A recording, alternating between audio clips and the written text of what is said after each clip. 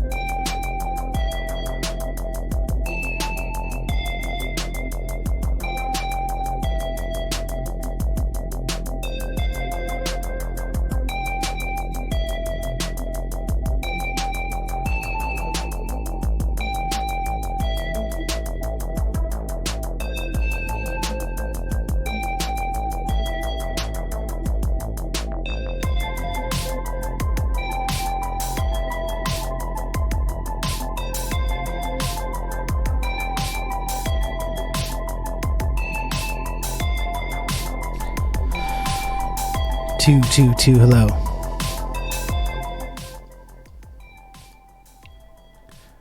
Check 2. Hello, everyone.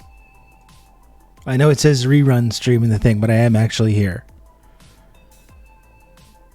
I am actually here for a little bit. I just can't do like a full stream, a full episode of the show today. I just can't do it. How's everyone doing? Diego, thanks so much for 38 months of Prime. Thank you for everything you've done for me in the community, Diego. Not sure that I would be here without you. I'm dead serious. Thank you for that. So how's it going, folks? So here's what I was thinking. So again, today was another day where apparently my kid was off school 2 days this week, on Monday and Friday. I don't totally understand why. And I'm trying to be better at this stuff. I'm not great at keeping up with all the emails, and I did not realize that this was going on. And I was like, surely after he had the day off on Monday, obviously he won't have another day off for quite some time. But no, he had another one off this week, the very same week. So go figure. Go figure, you know?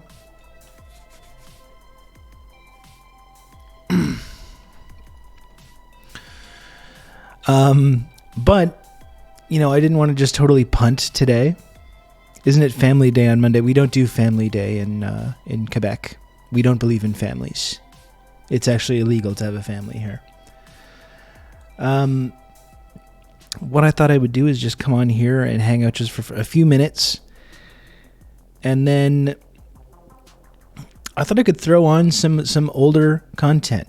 I got a couple things that I could line up. So just if you're used to tuning into the show, if you're at work or you have something you want to do, I've got an interview with Abby Martin from 2018. I've got an interview with Amy Kishek from like 2 years ago.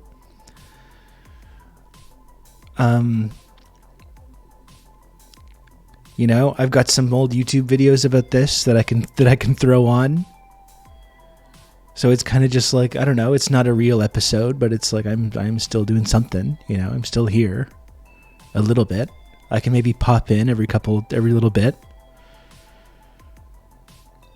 instead of just not doing anything. I don't know, what do you think about that?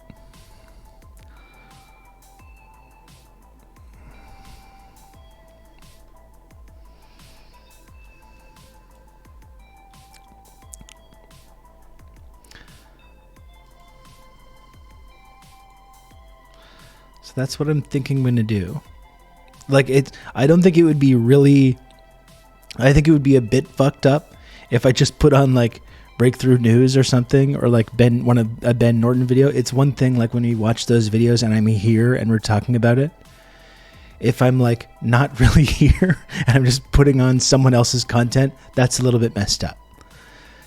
That is probably unethical, I think. So that's why I thought I could put on my own content, and we can kind of go back through the years a little bit.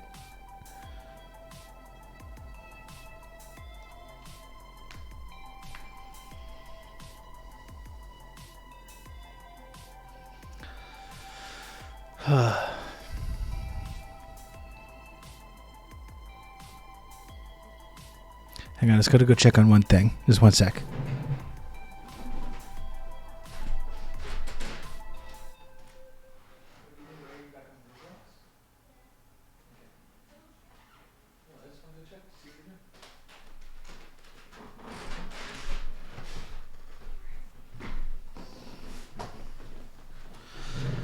Bonbon's going grocery shopping. That's good. Okay. Well, let's see here. What do we got here?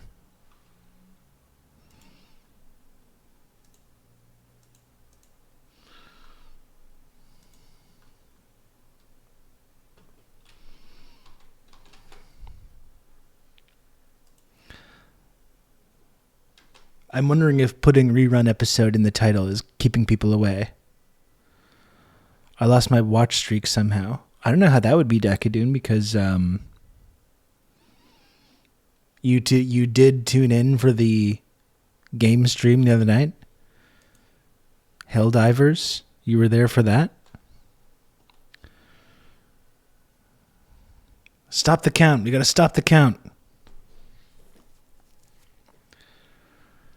Some kind of shenanigans or tomfoolery going on, I think. It's the only possible explanation that I can think of anyways.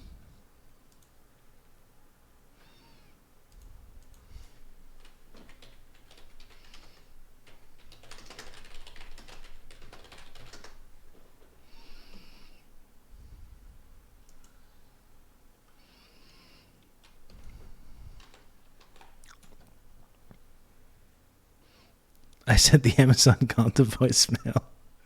I think if you talk to someone at customer service, if you just get them a box with $50K and a shoebox and tape that up, they're going to send an SUV by your home. You just throw it in the back seat, and they told me they can restore the watch streak. I talked to Jeff Bezos earlier about this.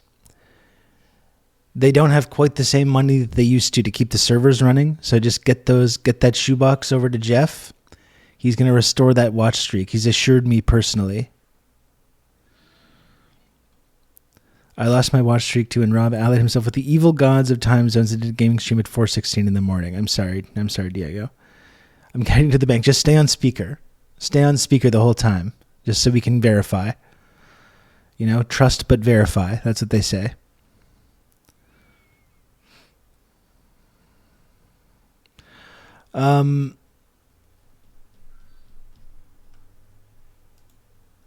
I think I had something else and I lost it. They sent me a picture of Jeff Bezos giving a thumbs up, saying that he would reinstate it. Yeah, exactly. So here's what I was thinking for the no, not that. That's not what I was thinking of doing. It's this. As you know, unlike some streamers that have decided to become experts on this issue overnight, they read one fucking Wikipedia article about it. And they think they're experts. As you may know, I've been talking about this for quite some time now. You know, maybe not as long as I could have been, but... So I got this interview with Abby Martin from 2019.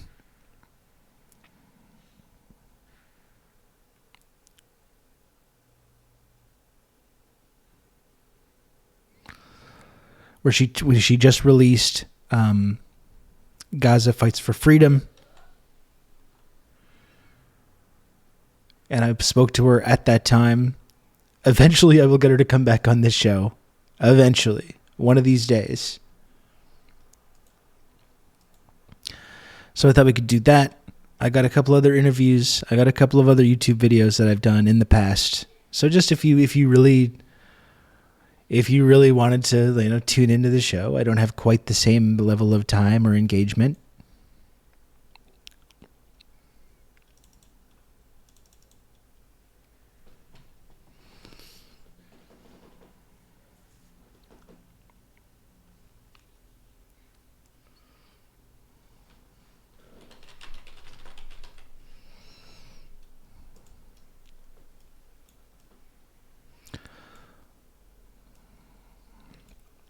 I can hang out for a few minutes before we get started with that, though. I do have a couple minutes here.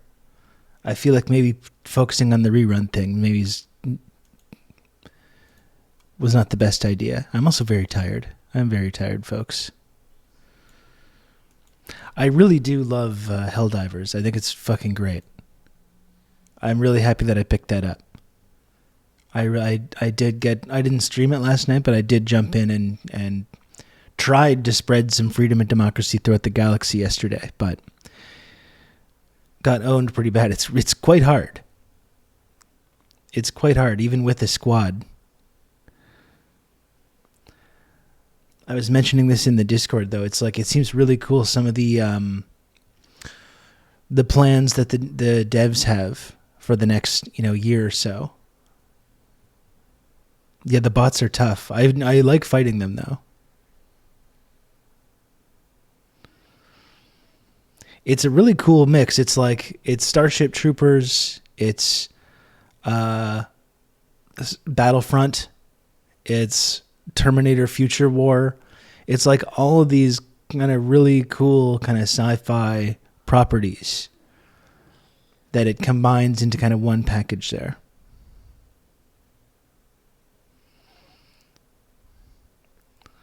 I noticed you often don't hear enemies approaching loudly from the sides or your rear. I think you should increase the volume in your cat ears headphones. I think it's probably just because I'm going deaf. That's probably the issue. Old Rob to talk you through all this. In the first game, the third faction were mystical aliens like the Protoss or elves or something. And for sure, we're going to see more. I think we're going to see more of that. I think there's going to be new fronts opening up in the Galactic War as the months go by. I really like how it's this kind of ongoing, kind of living story. I think it's a really kind of interesting idea. Pelicans, thanks for the gifted sub. Appreciate that, Pelicans. We're talking about Helldivers 2, Spooky. Helldivers 2, it's a game.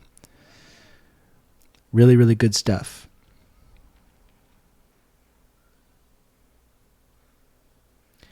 Yeah, based on the map, we may get a fourth. It seems like that. And I think there's going to come a time when Super Earth comes under threat, and we're all going to be called to defend the homeland. I like how it lends itself to like that kind of role-playing element. So you instantly kind of start buying into the kind of propaganda and of the freedom and democracy and stuff, and like being in the war zone. It lends itself to a kind of role-playing element.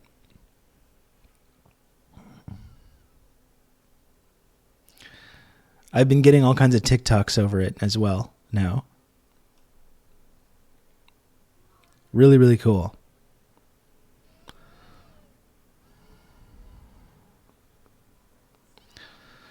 Well, folks, this is what I'm going to do, okay? I'm just going to put on some of this stuff. This is like a 45-minute conversation with Abby Martin. I'm going to put that on. I'm going to be coming in and out. I'll be broadcasting for the next couple hours. I got a couple different interviews and things that I can put on. I'm going to be kind of popping in and out.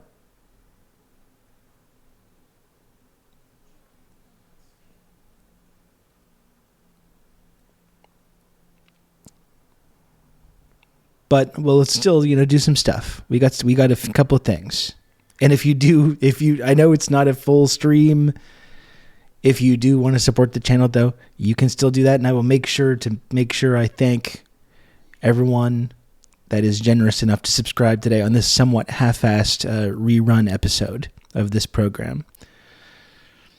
Turns out a fascist hellscape pretty fucking cool in a hypothetical sense. Yeah, absolutely.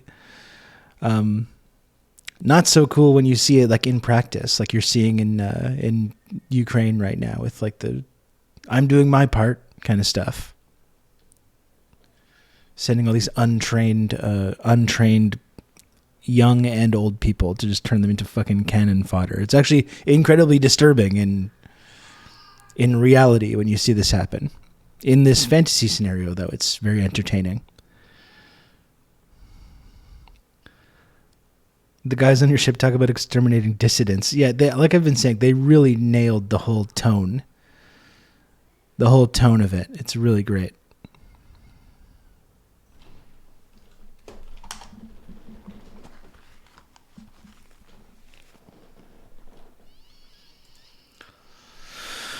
Let me find where this interview with Abby is. I don't remember anything that I was talking about in the intro to this.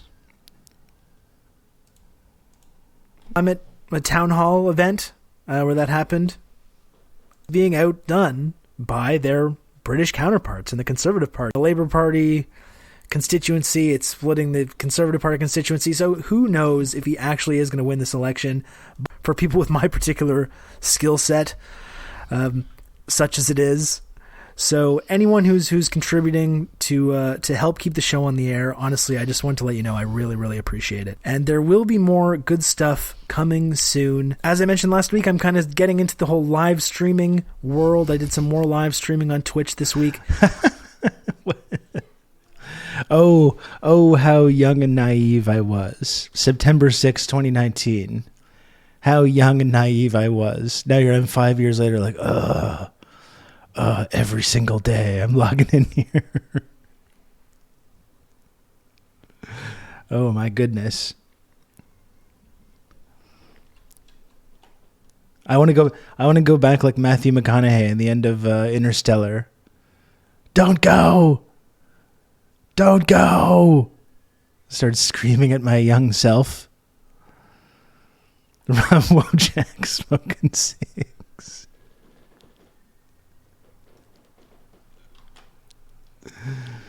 I'm thinking of ways that I can link possible Patreon subscriptions with the bonus stuff, with the live streaming. Never figured this out. I'm very old, and I'm still trying to figure out how it works. And once again, it's 5 years later, and I still don't know. If you're not already, and you'd like to, before I started asking about the movie, I was just wondering. Okay, we're all queued up here. So, again, if you're tuning in, this is a rerun. This is my conversation with Abby Martin of the Empire Files. This was September 6th, 2019, talking to Abby Martin about her film, Gaza Fights for Freedom. It's a really fantastic interview. It's about 45 minutes. I'm gonna throw this on. I will be popping in and out for the next little while. So yeah, if you're just tuning in, it's a half-assed episode. It's a mediocre episode, but there's still some stuff. There's still some content for you. Hey Sam, how's it going? So here we go. Here's my conversation with Abby. I hope you enjoy it. I'll be checking in periodically. Okay, here it is.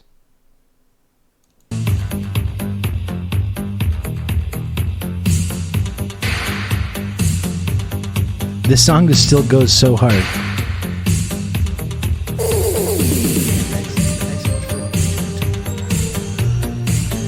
Showing me the movie and something. I was happy to hear from you, and I was happy to be able to check out the movie. Hell yeah, man. Thank you for responding.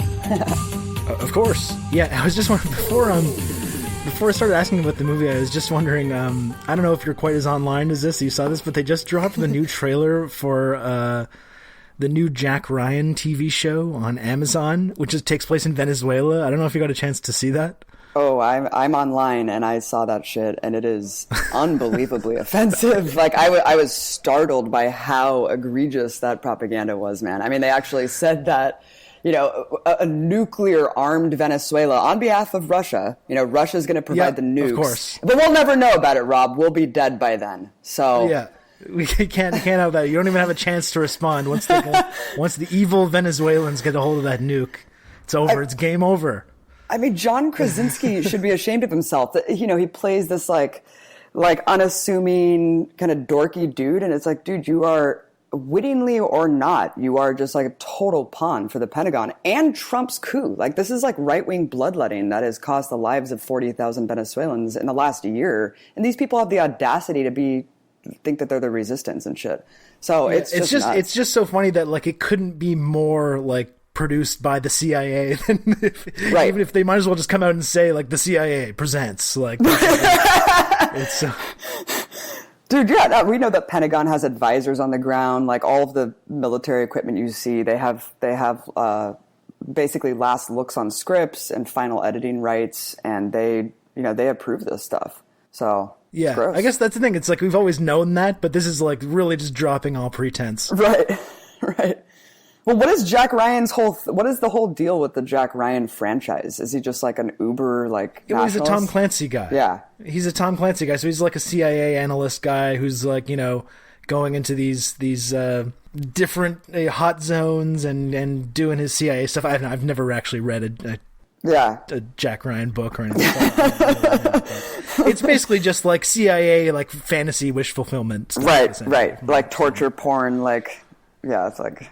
ridiculous. Well, it's just we're always doing the right thing, right? It's like we're always in there and making these things happen. It would be funny, like I was thinking, it'd be funny to do an actual like reality based version of their ongoing coup, where they're just trying to wrangle fucking this guy Guaido, and he keeps messing up and over promising all the stuff that he can deliver and screwing it up, and they're all getting pissed off at him. Stooges, like You have like Elliot Abrams going like raw and blundering and like. Maybe we should get some more torture gangs going. And they're like, Elliot, okay, let's just stop talking about the torture gangs. We know you like that kind of stuff, but... Elliot, we get it. I mean, well, what was another thing that they said? Oh, yeah, in the trailer, they're just like, the biggest humanitarian crisis in history. Yeah. It's like, really? Huh. All right, dude. Okay, well, okay, I'm getting sidetracked already. I wanted to get your take on this because I know that's something that you're familiar with. But Abby Martin, thank you so much for coming on to the program. I'm very happy to have you here today. How is it going? It's going well. I was just reading Pow Wow Chow, Elizabeth Warren's native cookbook, where she pretended to be Cherokee and said that she was the civilized tribe and contributed all these recipes, and then they turned out to be actually plagiarized word by word from like Better Homes and Gardens magazine. I mean, you just really cannot make this up. Yeah. You really can't. That's not a great part of her whole history. I can see why she was kind of eager to turn the page on it, obviously, because there's a lot of kind of like weird stuff that I think is probably very offensive to a lot of people. But also then she chose the absolute worst way of going about trying to move past it with her whole like DNA test thing. Like totally on camera, she's like, see? Yeah. Like, see, I am native. It's like, no, this isn't. This doesn't make you native. No. But, okay, but the reason, I mean, if we have time, we can get to some of that stuff later. But the reason I had you on the program is because you just made this documentary, Gaza Fights for Freedom. I was really happy that you got in touch with me to check it out. I really enjoyed the movie. It's really excellent and kind of heartbreaking and traumatizing. So, wanted to talk to you a bit about that.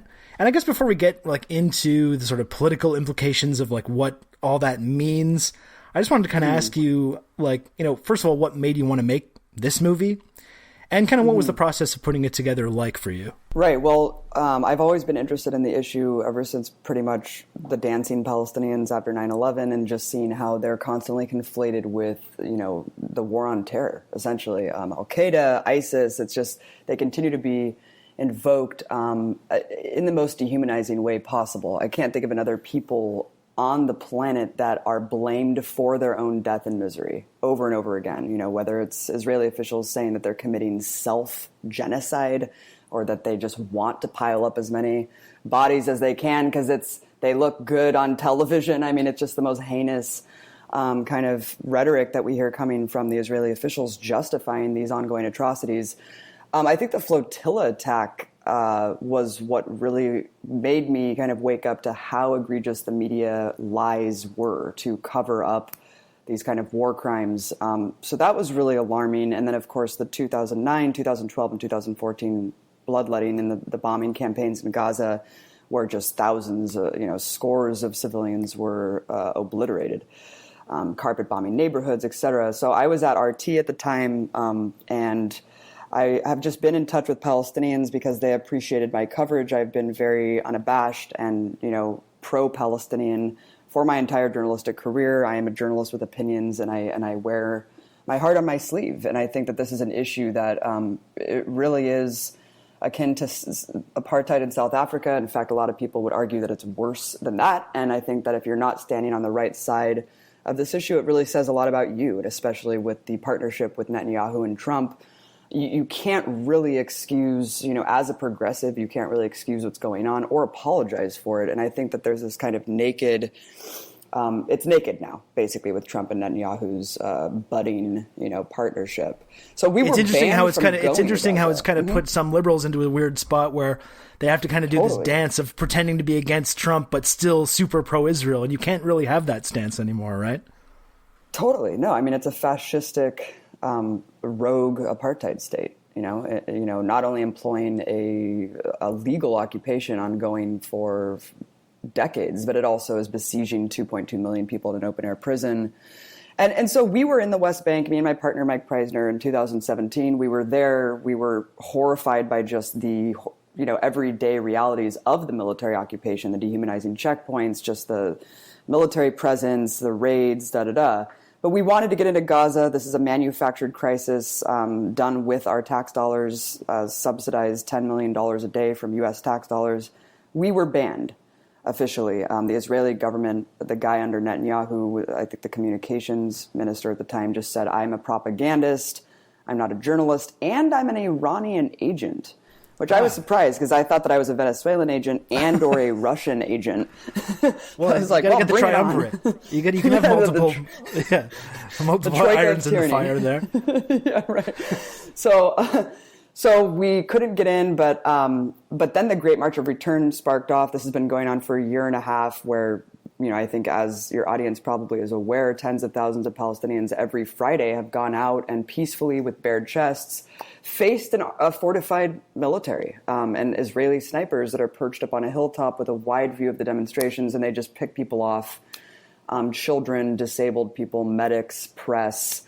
On May 14th, when 60 unarmed protesters were gunned down in cold blood, and the media covered it the same fucking way that they always do, using the passive voice. Palestinians just died, right? They just died.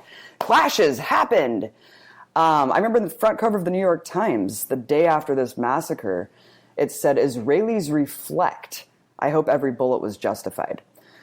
So at that point, I was like, okay, this is insane. I didn't see anyone really putting the pieces together and telling this story. And so we were going to do an Empire Files episode about it. And I did this big Skype session with a bunch of journalists in Gaza with the Council on International Relations there. And they just asked me, they were like, how is the media covering this?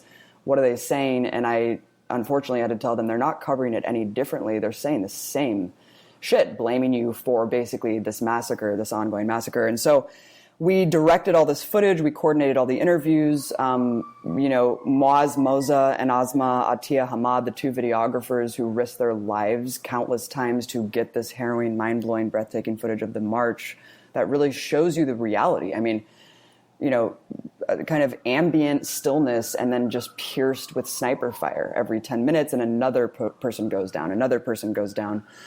So once we saw this footage and we realized how unbelievable it was, we realized that we couldn't just do an Empire Files episode. We had to do a full-length, feature-length documentary that really did justice to the story and to their voices. Yeah.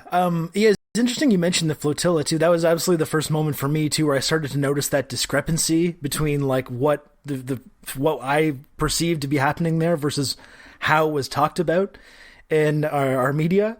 And that's what I think covering, when you start to pay attention to this conflict, it becomes more and more stark, especially as the violence continues and it becomes more and more intense, and this discrepancy becomes more and more pronounced.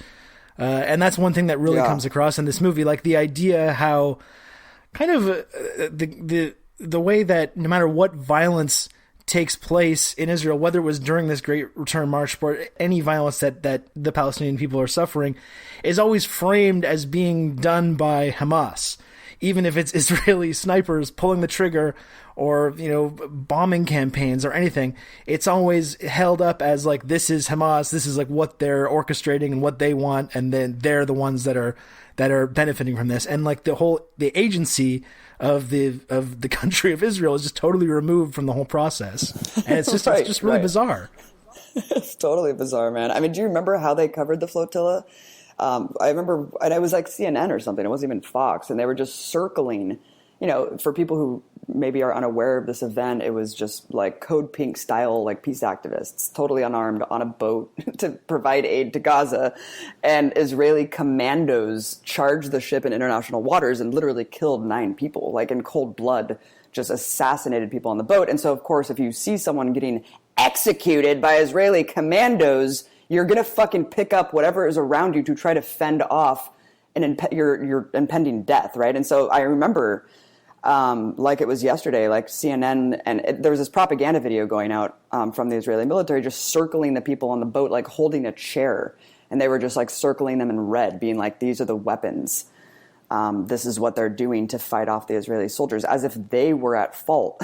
I mean, it was just absolutely and like showing the mind-blowing. supplies underneath the ship, showing like, look, there was like scissors and butcher knives in there and stuff. Right. But like, it was remarkable, and it's like this is how our media, like whether it's in Canada or whether it's in the United States, especially, covers violence in Gaza and violence against Palestinians, and it's so striking, and that's something that's really captured in this movie.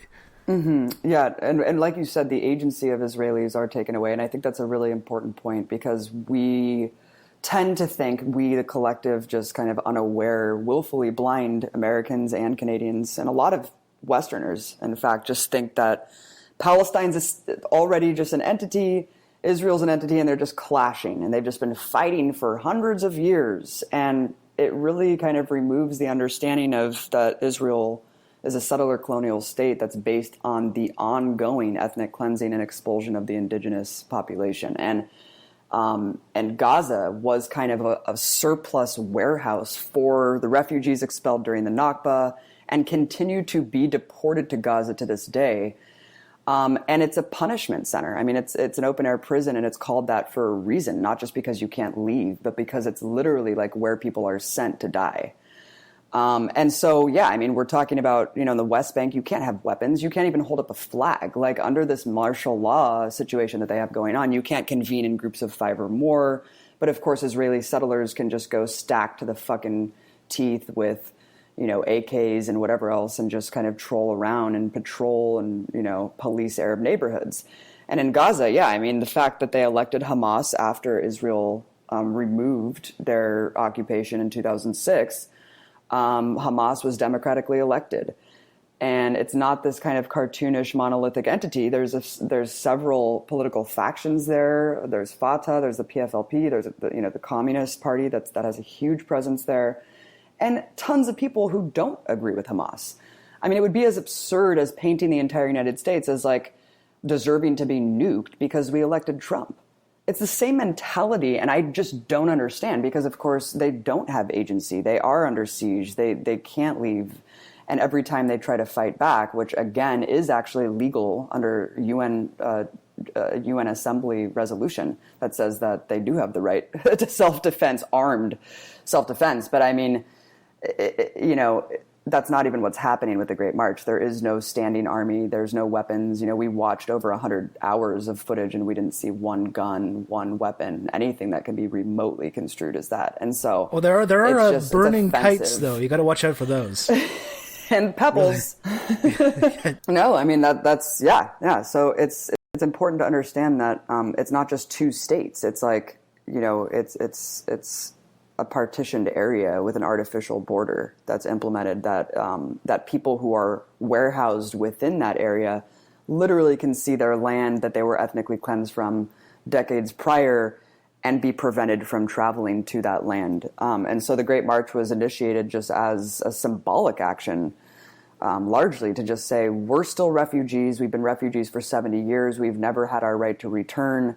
And we've never just had the right to dignity and the right to life and the right to mobility, very essential basic human rights. And so they wanted to pitch tents in this open land in a peaceful civil disobedience action. And they were met, as we know, with sniper fire, and they've been continued to be mowed down for the last year and a half with very little coverage. Yeah, and you mentioned something that's interesting too. A couple things, obviously, but the thing that I really notice of seeing this event play out, and this comes through in the movie as well, is this kind of contradiction that comes out, especially when it comes to the March of Return, talking about the border fence and the violence that the Israeli government commits there is justified because they're saying, well, look, they're charging the border fence. Right. And so people in the Israeli government are saying this, like people that support the Israeli government, like in the United States government or the Canadian government, are repeating this kind of talking point. But I mean, it's not a border fence. To say that there's a border means that the Palestinians have a state, which they don't. So it's this weird dichotomy where they're talking about this thing as if everyone should accept that that's what it is, and that's how we justify the violence that we're committing there. But by saying, border fence, you're talking about kind of this reality that doesn't exist, because there is no border. It's all just one country. And that fence there is a prison camp fence, but they can't talk about it like that. They can't describe it like that accurately, because then that puts everything into this whole different light and makes it seem a lot more or a lot less justified, this violence that's taking place. Of course, because then Israel likes to say, "Oh, we left Gaza. Like, there's no occupation. This is all Hamas." And so, yeah, I mean, you're spot on there, and that's perhaps the most important point of this whole thing, is to understand that this is not a border. So, like, that talking point really needs to be shredded, because then it just exposes kind of the atrocities for really heinous war crimes. But yeah, what Israel calls a quote unquote border is a heavily militarized perimeter fence that's been artificially placed there. Barbed wire surveillance networks, lethal no-go zones, and under this so-called no-go zone, which is 300 meters out from this fence, Israeli forces have authorized themselves to shoot to kill. And that's kind of the pretense of how they've justified shooting thousands of unarmed Palestinians just in the last year and a half. You go to Gaza's coastline, and it's the same kind of thing. I mean, I can't think of another place in the world where, as a refugee, you can't even try to flee by boat. I mean, look at Libya. These boats are being capsized every other day. Of course, that's a result of the failed state, and that happened under the Obama administration. But Gazan refugees can't even leave there. If you try to flee by boat past the restricted miles, the nautical miles that they've authorized you'd be blown out of the water by Israeli warships. And there's a huge, massive seawall that is being extended that boxes them into this little sliver of sea. And so all of this, of course, is compounded by the economic blockade that, the calories are counted, there's no construction material, and, unemployment's just skyrocketing. But it's devastating, dude. It's devastating that that people don't understand that basic point. Yeah, and okay, so this is one reason why I think it's really important to focus on what's happening in Gaza and what's happening with Israel. Exactly, because it just creates this. It's kind of a sort of an imperialist tactic that I don't think is exclusive to Israel, but it's kind of the most stark example of it. And just to give you an example, and like this is something that I think plays out all across the world, but it's the way that you have kind of an ostensible conflict here, and kind of people agree that there's a conflict, but for some reason, only like one side is allowed to have an army and guns and bombs and airplanes and boats and mines, and they're allowed to shoot and kill and imprison and remove people from their homes and destroy people's homes. And this is all kind of just said, okay, well, this is okay, and the international community kind of shrugs its shoulders at this. But the minute someone on the other side picks up a weapon, or even if it's just a rock, then they're dehumanized and they're called terrorists. And this is just used to justify further violence and dehumanization, and it becomes this kind of endless cycle. And so this is something that's really stark that you see come across in this movie, but I feel like this is something that happens all over the place. Like you see this with United States military all the time, right? How kind of the United States military is just kind of perfectly allowed to go into other countries, either like through, destabilizing and overthrowing governments, as they've been doing for decades, or just, outright doing bombing campaigns and doing kind of whatever they want all over the place. But it's the same principle where as soon as someone does anything back, that is then used to justify the violence and the dehumanization that's happening in the first place. So that's kind of interesting thing that has always struck me as I kind of follow this conflict, because of the way that it's just a really stark example of sort of an imperialist tactic that takes place all over the place, and that's why I think it's important to focus on.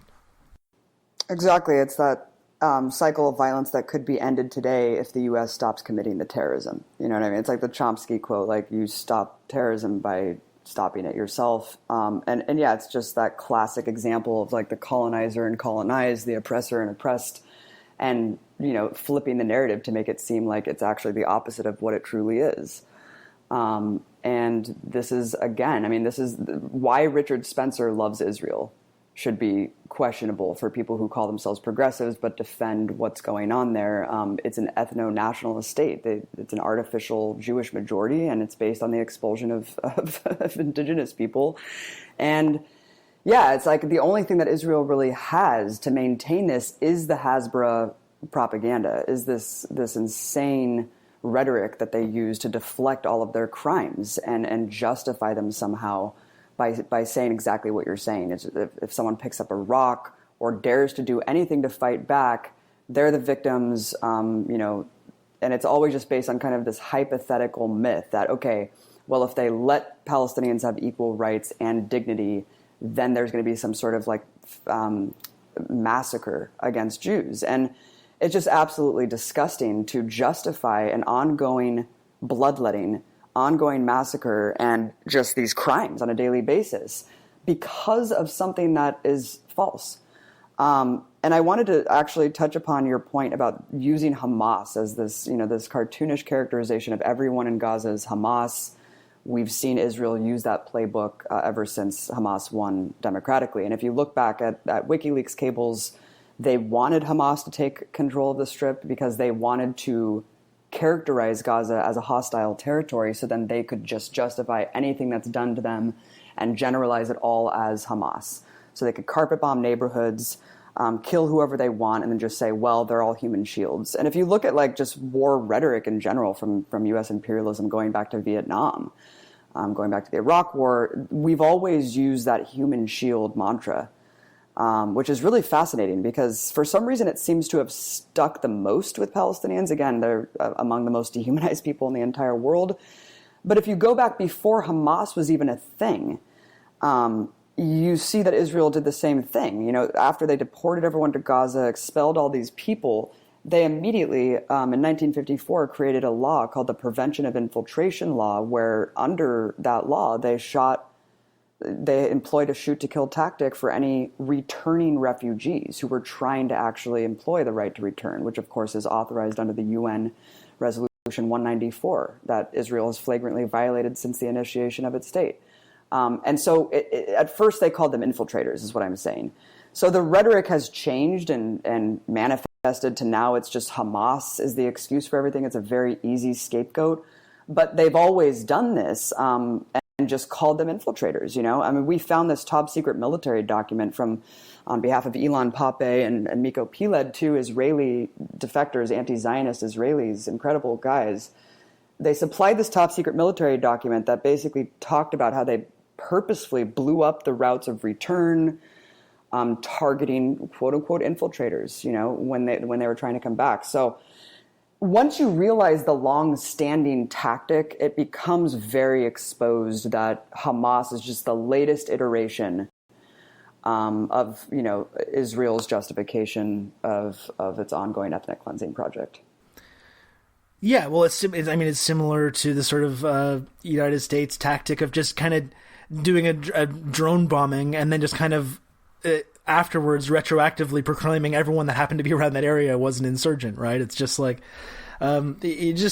providing that name allows them kind of a convenient excuse to do whatever they want. And like you said, if Hamas was gone tomorrow, the next organization to take their place would just as quickly be linked as an extremist thing, and the justification wouldn't change, and nothing would really change.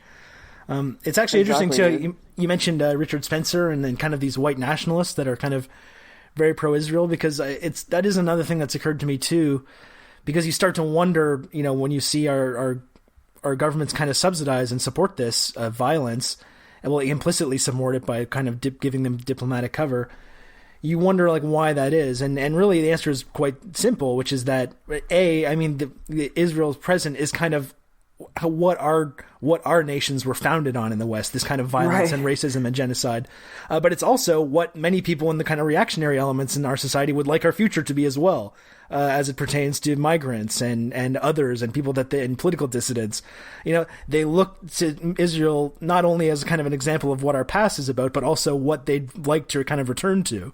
Oh, 100%, dude. And I think that when you look at how Israel treats African refugees who are actually fleeing genocide. We're told, oh, Israel's the safe haven for the survivors of the Holocaust, right? That was why it was founded, and you still hear this to this day. And the Holocaust has kind of become this like institution when it's ignored that we commit holocausts all the time, and that this wasn't the only Holocaust in the world that's ever happened. And a lot of them are perpetuated by our government, and of course Israel's committing one right now. But when you see actually where Africans who flee Ethiopia, who flee Darfur, Eritrea, we visited the Holot Desert when we were in 48, and we were absolutely astonished that there is like another prison that just rounds up people who are literally fleeing genocide and just puts them in a prison, and they just have to live there, and they're penalized and they're treated like slaves. And it's just like, wait, what is going on? Why don't you want to integrate like African, basically survivors of these genocides? Why don't you want to integrate them in your society? So there's a whole Black Lives Matter movement there for Ethiopian Jews who suffer egregious discrimination. Arab Israelis are definitely treated differently. It's kind of a weird caste system there. But yeah, I mean, it's very stark. Like the whiter you are, the more rights that you basically are given and granted. And again, it's this artificial majority where you're encouraged, come to Israel, anywhere around the world. You can just come and just live there and move on top of an Arab village. And the illegal settlements are fascinating as well, because as Arabs are getting kicked out of their homes and their homes are being demolished every day, you can just go with a tractor trailer, set up on an Arab village, and then you get power lines, security, and protection from the Israeli government within weeks. And then you're an official settlement. So, yeah, I mean, it's very similar to the roots of this country. It's settler colonialism. And I think it's just so crazy because it's just an ongoing project that we all see unfolding. And everyone just like kind of throws their hands up and they're like, well, there's nothing we can do. These people just keep fighting. And you're like, no, it's very obvious what's going on. It's actually one of the most simple conflicts to solve. Yeah. And like you're saying how certain Jewish people, like Ethiopian Jews, are kind of like not included in this project, and neither are like left-wing Jews and progressive Jews that are against the occupation and are not Zionist. They're not really like, their voices are always like completely silenced when it comes to these conversations in our discourse or in the media. A lot of Jewish activists are like leading the fight to like bring awareness to this and to like try to bring justice to the Palestinians. And like this kind of perspective is never really allowed on as part of our media. It's always a very hyper specific pro-Israel perspective is the only like element of that we get. And it's just one of those things that when you see it continue to happen, it's just perplexing, and it's really frustrating seeing it continue to play out like that. Of course, especially when we hear the mantra and the false trope that, Hamas wants to kill all Jews. And so if we let people in Gaza have equal rights, well, then Jews will be targeted and massacred. The thing is, the rhetoric kind of flips on its head when you realize that Hamas's charter actually has a formula of national consensus to a two-state solution, which I was really surprised to see. I mean, I absolutely think that there should be a one-state solution, but it shows you that Hamas is much more reasonable and willing to negotiate, actually settle for what the international community has told us is the actual path for peace. The pre-1967 borders, withdrawing settlements to that, and giving Palestine a state. Now you look at the Israeli side of the coin, the entire ruling coalition government openly pledges to annex the West Bank, openly pledges that there will be no Palestinian state, is increasingly fascistic. There is no progressive party that is actually calling for a one-state solution that has power in the Knesset. And if you look at all these foreign ministers and Israeli Knesset cabinet officials, they are all genocidal, like literally spewing genocidal rhetoric. So it's just amazing. It's astonishing that we can actually believe the complete opposite of what reality is. That Hamas is actually the reasonable negotiator here, while Israel just continues to defy international law and just openly, articulate their plans very clearly, and everyone just kind of turns a blind eye. But as you mentioned, I think Trump is changing the game. It's becoming harder to excuse this and actually apologize as a progressive. And so I guess one glimmer of hope in this horrific, sadistic administration is the fact that, yeah, progressives can't really ally themselves with this rogue state much longer. Yeah. And okay, so you mentioned the two-state solution. That's something I wanted to talk about as well, because like I'm certainly not an expert in this. Mm-hmm. I just wanted to give you my impression of like what the two-state solution means, and just wondering if you had any, like, if you can clarify this at all. But my understanding of when people talk about the two-state solution, they're just saying what they know is the kind of line that shows that you care about peace, and without really having to do any of the work to making this happen. Because my impression now is that the idea of the two-state solution that people talk about when they say this is not really a possibility anymore because of the decades of settlements that have happened. Because now, like, it's basically an impossibility to go back to those old borders and to create a separate state, because there's been a very deliberate project of building settlements in order to make that an impossibility. So, I mean, do you think there's any truth to that? Because it just seems like people are just kind of parrot that talking point because they know that's how they signal that they're serious about having peace. But it seems like with the actual reality, that's not even really a possibility anymore, to say nothing of the fact that no one in Israel seems to have any interest in pursuing that at all also. No, absolutely, Rob. The two-state solution has been dead in the water for essentially decades within Israeli society, and especially within the Israeli government. That's comical to them.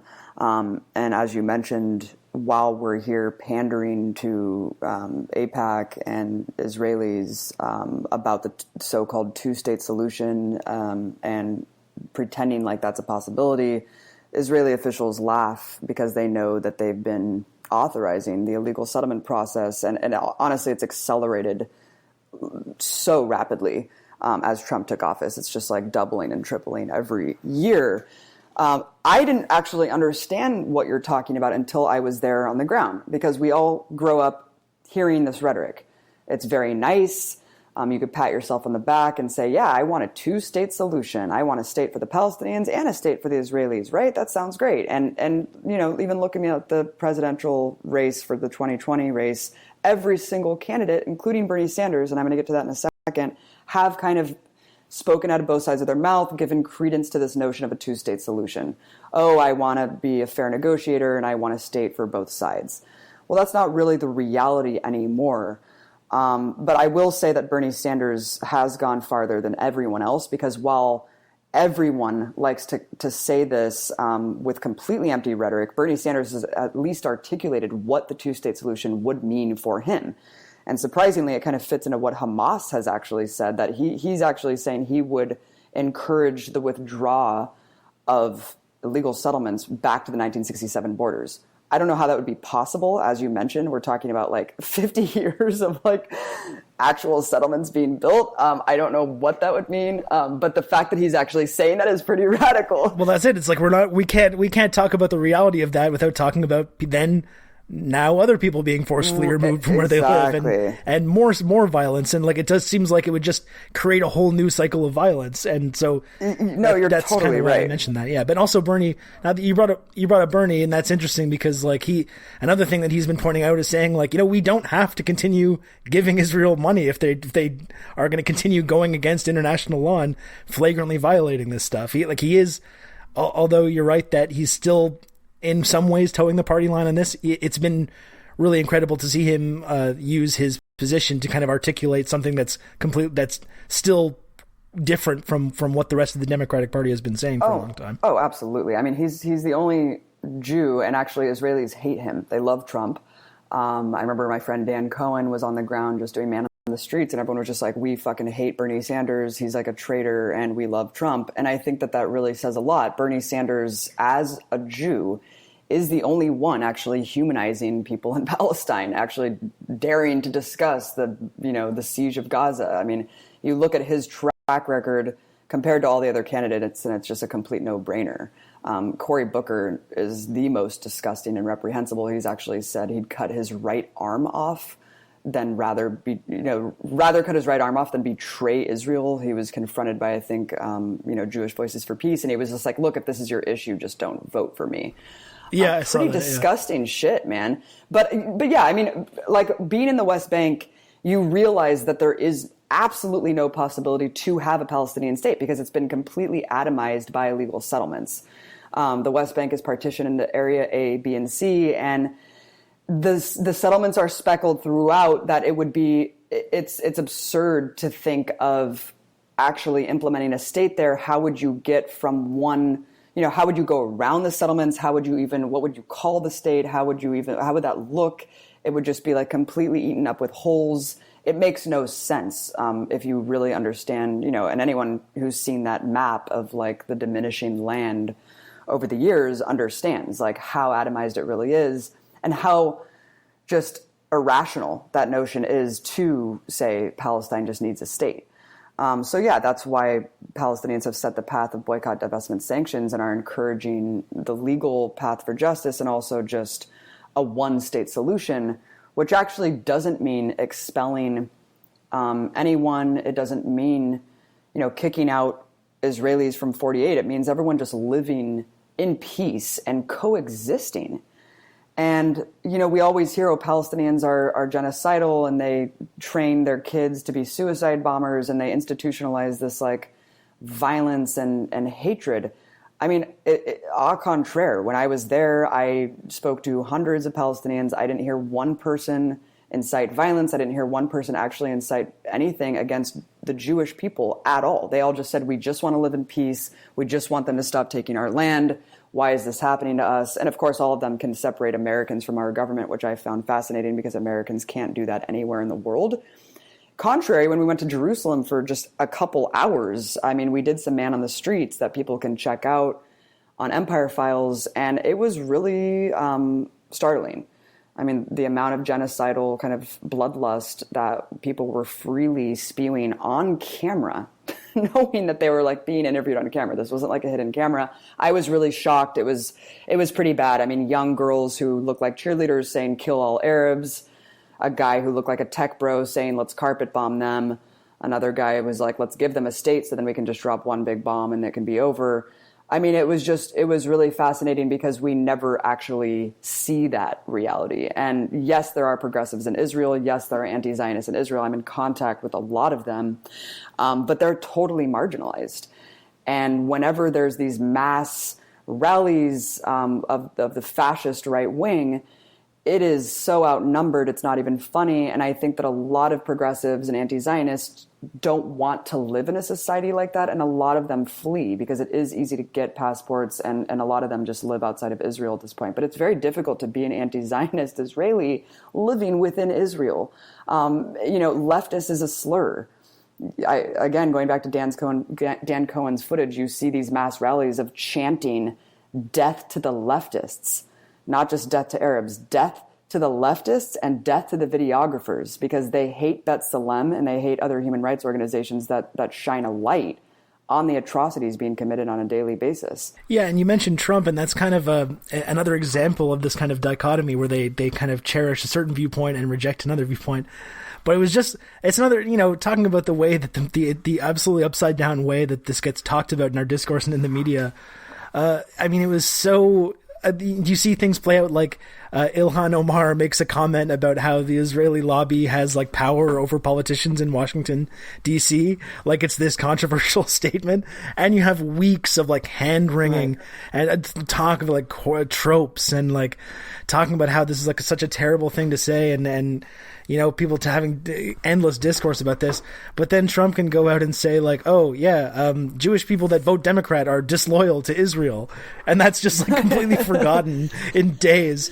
But the reason that is because a lot of people believe that, like in Israel and outside of Israel, it seems like. Oh my God, the whole Ilhan Omar thing is just absolutely ludicrous, dude. I mean, this policing of Muslim women's language is disgusting. I just can't wrap my mind around it. And what's worse, I mean, it almost reminds me of like the Jake Tapper, like the Andy Ngo thing almost, because it's like when liberals come out of the woodwork to actually condemn like people of color, Muslim women who are already have a target on their back from like the fascist right wing in this country and the fucking most powerful office in the entire world.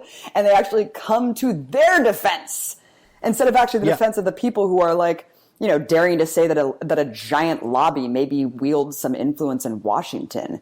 What is that about? And the whole Andy Ngo thing, like treating him as a legitimate person, and you're like, oh my God, now he's a credible figure about left-wing violence. It's just like this the neoliberal just approach to this just exacerbates this in the worst ways possible, and then it just creates this kind of false conflation and both sidesing, where Ilhan Omar, and the Nancy Pelosi shit too. I mean, good God. The fact that she was even like, this was bad. Like, wow. Just threw her right under the bus. Yeah, right under the bus. And then, I mean, but kudos to Ilhan Omar because, wow, like, we're talking about, Chuck Schumer and Nancy Pelosi working on the first bipartisan piece of legislation during the government shutdown was an anti-BDS measure. Can you fucking fathom the fact that while the government was shut down, all hell's broken loose, and that's what they're working on?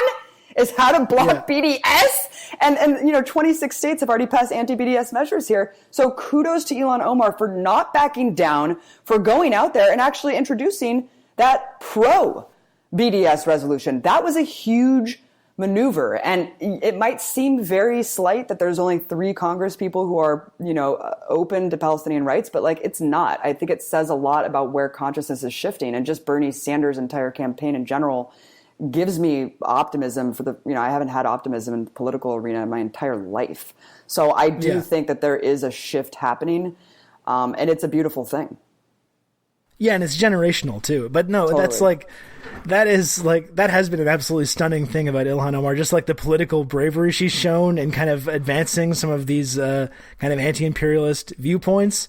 The time she kind of held Elliot Abrams to account at this that committee meeting and kind of tore him a new one. And just with the amount of vitriol that gets thrown her way, and I'm sure the amount of like violent threats she's getting, and just how she's completely undeterred, it's hard to like get too excited about any like politician in the United States or electoral politics at all.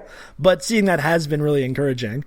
Totally. But another figure who's kind of interesting around this discussion too is AOC, who has kind of tried to kind of a little bit do a delicate dance between these two sides and maybe try and be a uniter. I don't really know what her thing is, but I know that it was a little bit discouraging for people that when she was a candidate before she was elected, while the Great March of Return was going on, she called it a massacre, famously. And it's kind of as soon as she was actually elected, and that people zeroed right in on that comment, and she immediately kind of walked it back, kind of a little bit awkwardly. And since that time has been a little bit, seems a little bit cautious about talking about this in any way. What did you make of all that? Yeah, totally, man. I mean, I appreciate that she called it a massacre. It very obviously is, and I, she should have just stuck with that, because it's hard to backpedal once you've gone that far. Like, just take it all the way, And the thing that I think bothers me the most about her is and look, I do really appreciate what she's doing. I think it's extremely important that she's leading the way. She's done an incredible job in conjunction with Bernie Sanders and other progressive figures to drive, the point of income inequality and a lot of things that are horrible about this country. But you cannot uncouple that with U.S. imperialism.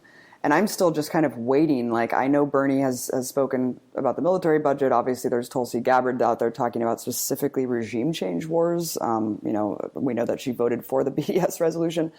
But I'm just like sitting here waiting. That's kind of an odd thing with Tulsi Gabbard, isn't it? Because she kind of styles herself as anti-imperialist, right? But she also really supports Israel as well.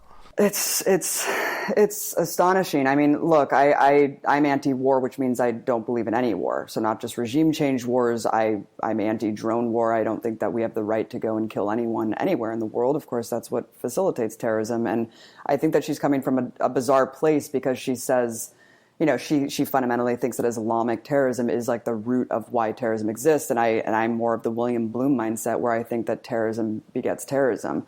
Again, like, stop committing terrorism and maybe terrorism will stop.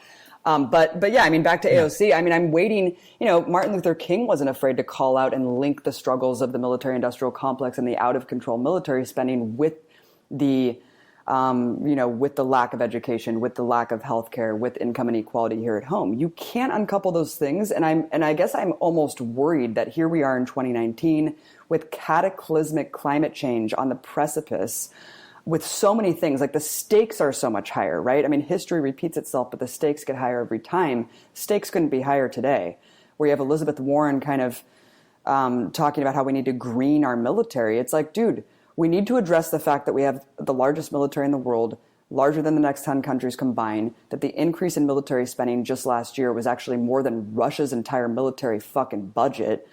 If we do not address these things, if we do not address the fact that the Pentagon is the largest polluter next to the more than the next top 6 chemical companies combined.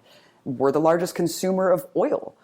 So unless we address these things and take them into account to understand why our country is so fucked up, I call it empire baby syndrome.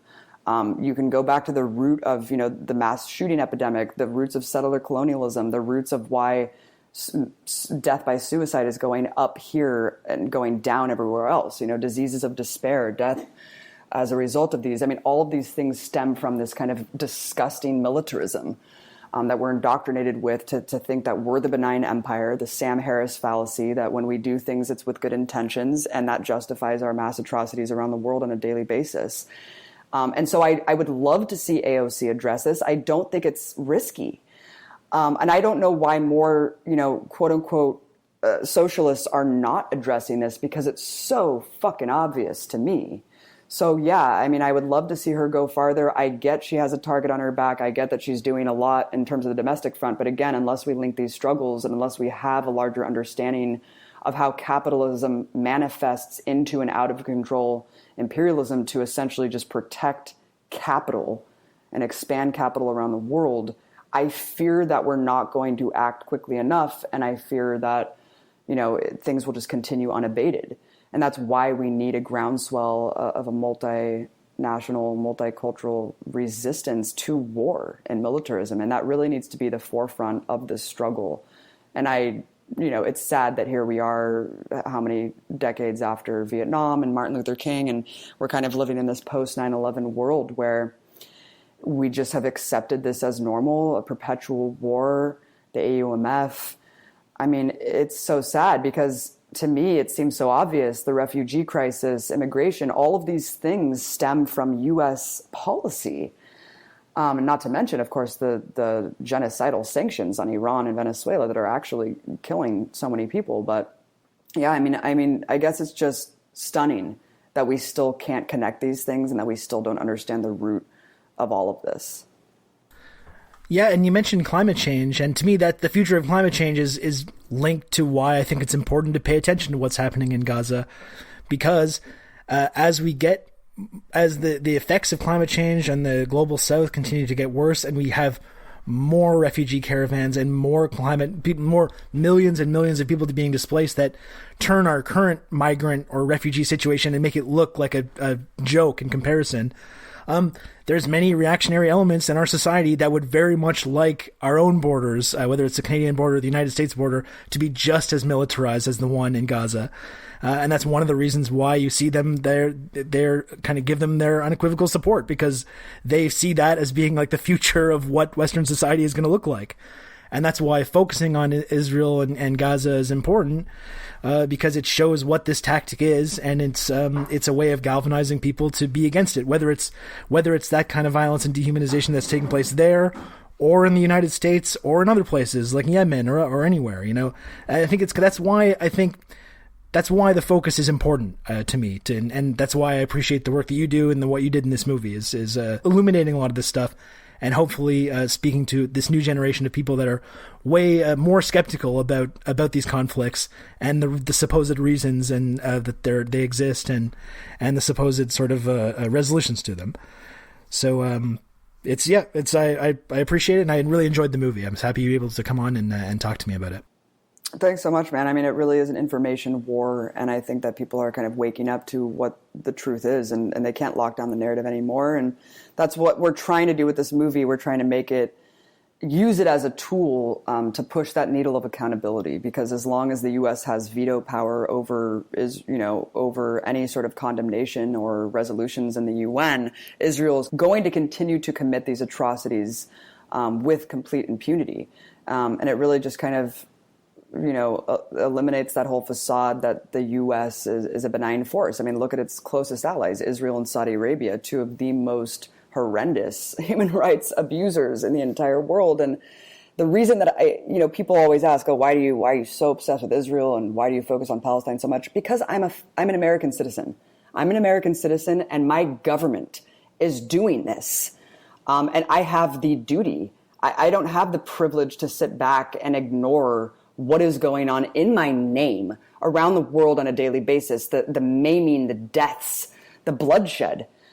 So it's really time we wake up. It's really time we wake up to what is going on in our name and what our governments are doing as a result of our acquiescence to this military state and military machine. And that's why it's so important to focus and to put pressure on Israel to isolate Israel culturally, academically. We need to formulate some sort of resistance movement to really make the apartheid state fall and make this quote unquote conflict end with a just resolution for Palestinians to live in peace alongside their Jewish brothers and sisters. And thank you so much, Rob, for having me on. People can check out the movie at GazaFightsForFreedom.com. We're taking it on a nationwide tour. Actually, we're coming to Canada. I don't know where you are. We're going to Montreal and Toronto. I'm in Montreal. No shit. Oh, dude, it'd be super fun to see you. But I don't want to make you sit through it again. I know it's like a very... we'll meet up after the movie. We'll get a beer. But no, yeah, people can check it out. And it's all based on donations. And the majority of all the funding of the movie went to the people in Gaza. And we're trying to recoup those donations now. But, I've never charged anything for any of my media content in the past. And we were forced to kind of put this behind a small paywall right now until we recoup costs, just because we want to keep doing the show. We want to keep getting this seen. We want it to be as visible as possible so we can really galvanize, and spread this consciousness. So thank you for being a part of that, Rob. Thanks for all your work. You make Twitter a more fun place for me. I don't want to gouge my eyes out every time I go on, because I enjoy seeing your jokes. Well, I appreciate that a lot. And if you're ever in touch with any of your Iranian or Venezuelan or Russian handlers, and if they're looking for anyone else to do any kind of like disinformatia or compromat or anything, just maybe you can just slide me there, slide my name over there, and we can get some discussions going. I'd appreciate that. Tokyo Rose up. Yeah. All right, good. We'll take this offline. We'll take this to a secure line and talk about this. We'll keep talking after. Okay. All right. Well, thanks again for coming on. I appreciate it. And I will talk to you later. All right, man. Thanks so much. Folks, that was...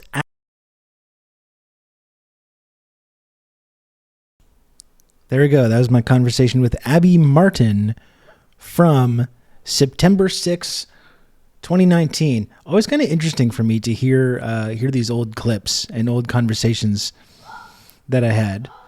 I thought you said you were not going to interrupt me. Okay. Anyway, as you can hear, a little bit predisposed at the moment. I'm still trying to put together some content for everybody.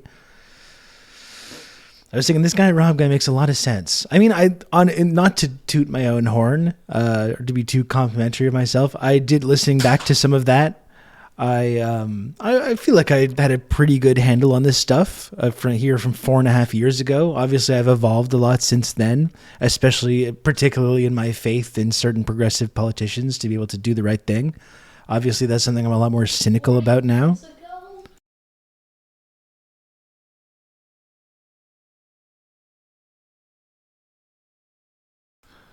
Pre-COVID, Rob, exactly. We all have been on a bit of a journey. I think that's kind of an interesting thing for me, having done this kind of work for now a couple of years, to be able to go back to that. Even that last point, I was making that point about climate change and talking about the relation between climate change and Gaza, and I had no like recollection of what I was talking about there. I was like, where am I going with this? But I thought that was a pretty interesting point actually that I made there about how, like, you know, this is the future that we're headed towards. You know, we could have, it's not going to be just Gaza. I think the future could be, the entire Western world could be dotted with dozens of different Gazas, you know, and Gaza is like ground zero for good old Rob to talk you through all this. This kind of project, you know, keeping people in these prison camps, these undesirables. As I was talking about, we're going to have more climate refugees and more people coming in to our into our nations, and that's exactly why Gaza is kind of ground zero for that struggle. Anon, thank you for a gifted sub. I appreciate that, Anon. Thank you. If anyone else does want to subscribe, again, it's a half-assed episode today, so you know I'm not expecting too much, but I am trying to put together some content here for you. So if you can, please subscribe. You know, every little bit helps. What are you doing? That's not my mask. That's just a hat. I know it's a hat. So it's my hat. This is where homeless camps, Hoovervilles in U.S. Yeah, we'll be going. What are they called in DS9 again? No, not sanctuary cities. Is that it? What is the word they use in DS9?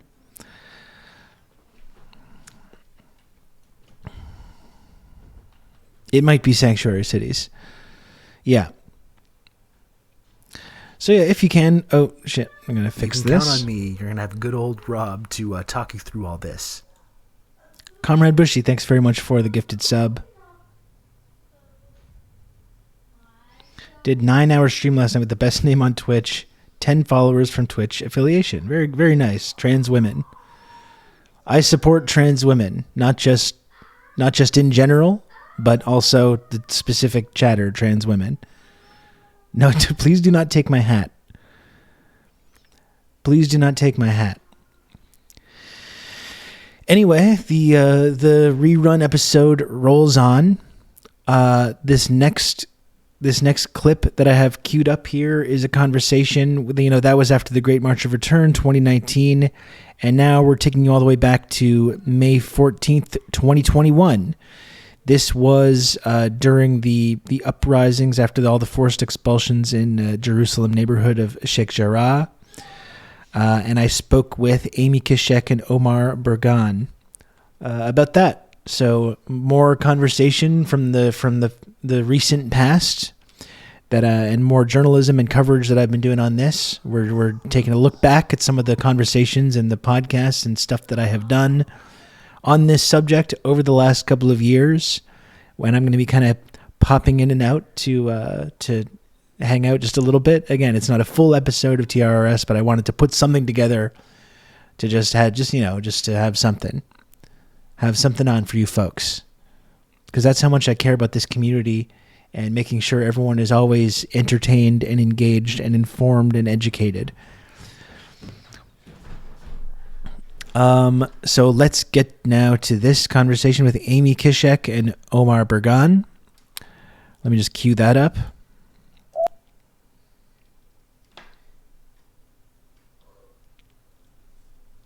I do not hear anything. You're not wearing your headphones, silly.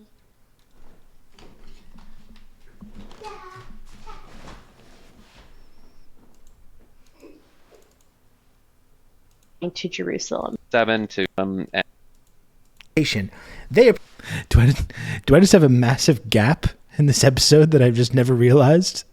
Do I have a massive multi-minute gap of silence? Came up. Oh, that's good. Good. Let's go. A neighborhood, but it's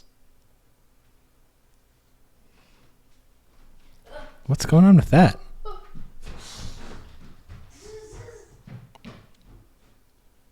particular homes for decades now, going back to 67. These Good. Okay.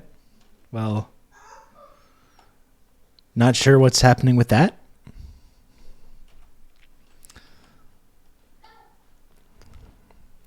Think about it. You could go into debt to college, or you could pay Rob $5 hairs for an education. Exactly. Easy. Easy. So yeah, feel free to subscribe to support the channel if you can. Again, I'm popping in and out today, but trying to put something together for you folks. Don't know what's wrong with the recording of this episode, but here is my conversation from May 14th, 2021 with Amy Kishak and Omar Burgan. I guess we missed the beginning of that, and I don't know why that is. But here it is. In terms of being quote unquote contested neighborhoods, but it's sort so of enjoy, folks. I'll be popping back in this soon. Is part of the daily operation of apartheid. I think the targeting of laws or laws created from that ethno-nationalist standpoint around ownership of land and those sorts of ancient claims being made to oust Palestinians who have lived for generations on these grounds. And at the heart of it too, there's also the involvement and implication of American groups who fund these sort of settler organizations too that are mounting these claims through the Israeli courts and financially supporting this type of very nefarious sort of dispossession of these particular homes in this neighborhood and other places. I think that that's sort of the nugget of all of this. It is kind of it's interesting to me that it was something routine, as I said, routine to the operations of the Israeli state. Yeah, I mean, I agree. It's it's something when you go and visit the West Bank, it really is very hard not to see it. And this is happening across the West Bank. It's particularly, I think, pronounced and egregious in East Jerusalem because I think it's a pressure point whereby a lot of groups feel kind of a religious connection to Jerusalem, and so they have a goal of, and they'll say it often. That I think they were quoted in major news publications saying like, "Oh, of course, it's an effort to Judaize Jerusalem because Jerusalem is the capital of the Jewish state." And so by that, there's this strong kind of impetus to Judaize Jerusalem and to do so, through any means possible by pushing out as many Palestinian families as they can. This was done in other neighborhoods or threatened to be done in other neighborhoods such as Silwan, which is another neighborhood of East Jerusalem. And the last time I was there, there were families who basically were just trying to inform as many Westerners as possible, like, please do something. They are digging under our houses to excavate like old ruins, and they don't care if our houses collapse, and then they just take possession of the land. And this, again, it's across the West Bank. If you go to a tiny village, if you go to the town of Burin, where they've lived for generations, settlers are constantly harassing the inhabitants, setting fires, assaults, all the time, under the watch of the Israeli military. And the goal is, you can't do anything about it as a Palestinian. You can't complain to the PA. They don't do anything. And the Israeli court system is not designed to, there is no court system, essentially. It's an apartheid court system, a military court system for Palestinians. If you go, same thing to the small town of Yanun, the settlers are harassing that minuscule little, farming village. They have spotlights on the village 24/7 to just harass them. They go and wash their dogs in the village well. There's just this constant violent colonial force that is trying to dispossess Palestinians and make them just finally give up and leave. And it's orchestrated, right? Like the Jerusalem Day celebration, that's part of creating a narrative that as Omar, you pointed out, recharacterizes Jerusalem, probably one of the most multicultural in a lot of ways, historically, like going back, but also in present days, really diverse, very historically significant place, and making it into the capital of Israel. And that's an active project of the state of Israel. The other thing that we see with Sheikh Jarrah is a lot of some of these battles have already sort of been lost for years. They're folks whose home has been taken half over by settlers, and they live in the other half. There are other folks in that neighborhood and other neighborhoods who even have had their homes rather demolished several times over, despite trying to make efforts to build or to redevelop their homes. And so the zoning, the laws around ownership completely disregard any sort of autonomy or property rights of Palestinians. And I think we're seeing too, what I think has been really eye-opening is that it's not just confined to Jerusalem. This sort of double standard or living in two separate worlds, which really is like the two separate rules and two separate systems that apartheid regime exists in Israel itself. And I think that's what we're seeing across Israel right now with the militia groups out in the streets, with the settlers, organizations that are armed going into Arab neighborhoods that have been segregated for a long time and wreaking violence and terror in those neighborhoods. It's becoming apparent that for this generation or this moment in Israel, that there is a very active agenda to take this even further into these other areas of Israel. And the really, and I'll just add one last thing because there's obviously so much to say about it. The thing that's very frustrating is often having to deal with the propaganda or the justifications for these things. And this round, I think the state was pushing this idea that it was just what do they call, a landowner dispute or something to that effect. Yeah. And that's it's this, we've seen this again. And if you just ask two follow-up questions or just ask about, well, how do these things normally play out? The whole game is the whole thing is rigged. There's no, they try to put in terms where people will be like, oh, it's true. Sometimes people get into arguments like that over here too. What you have to understand is in Israel Palestine, the rules are basically set to crush Palestinians and to dispossess them. They'll say, well, so and so, this Palestinian man is upset, we bulldozed his house, but he never got a permit for it. And then you'll say, well, who do you give permits to? Oh, only Jewish people. And that's the follow-up question you need to ask. Well, who gets a permit? Well, only Jewish people, and Palestinians never get permits. So we bulldoze their houses, and then we say, oh, it's because he committed a crime of not getting a permit.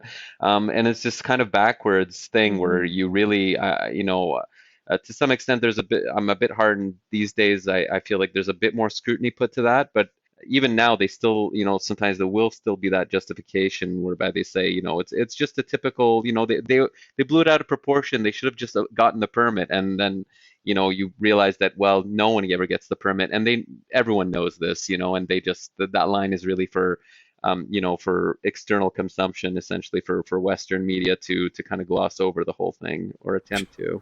Sure, yeah, that's one I wanted to bring up. I mean, it's interesting the way you point out that this process of dispossession gets kind of laundered through this court system, and the inherent colonial violence to what's happening gets kind of sanitized, not just for the settlers in Israel, but as you mentioned with Western media, they're able to frame it as this kind of dispute about who owns what property.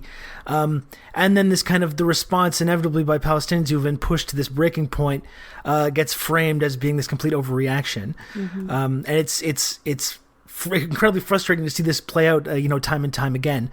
But I guess one thing that's been kind of interesting about this particular situation is that I feel like, and I'm very interested to get both your perspectives on this as well, but it feels like there has been somewhat of a sea change in the way this has been covered in Western media. I know, like, we're seeing a lot more, and obviously there's a long way to go when it comes to this kind of thing.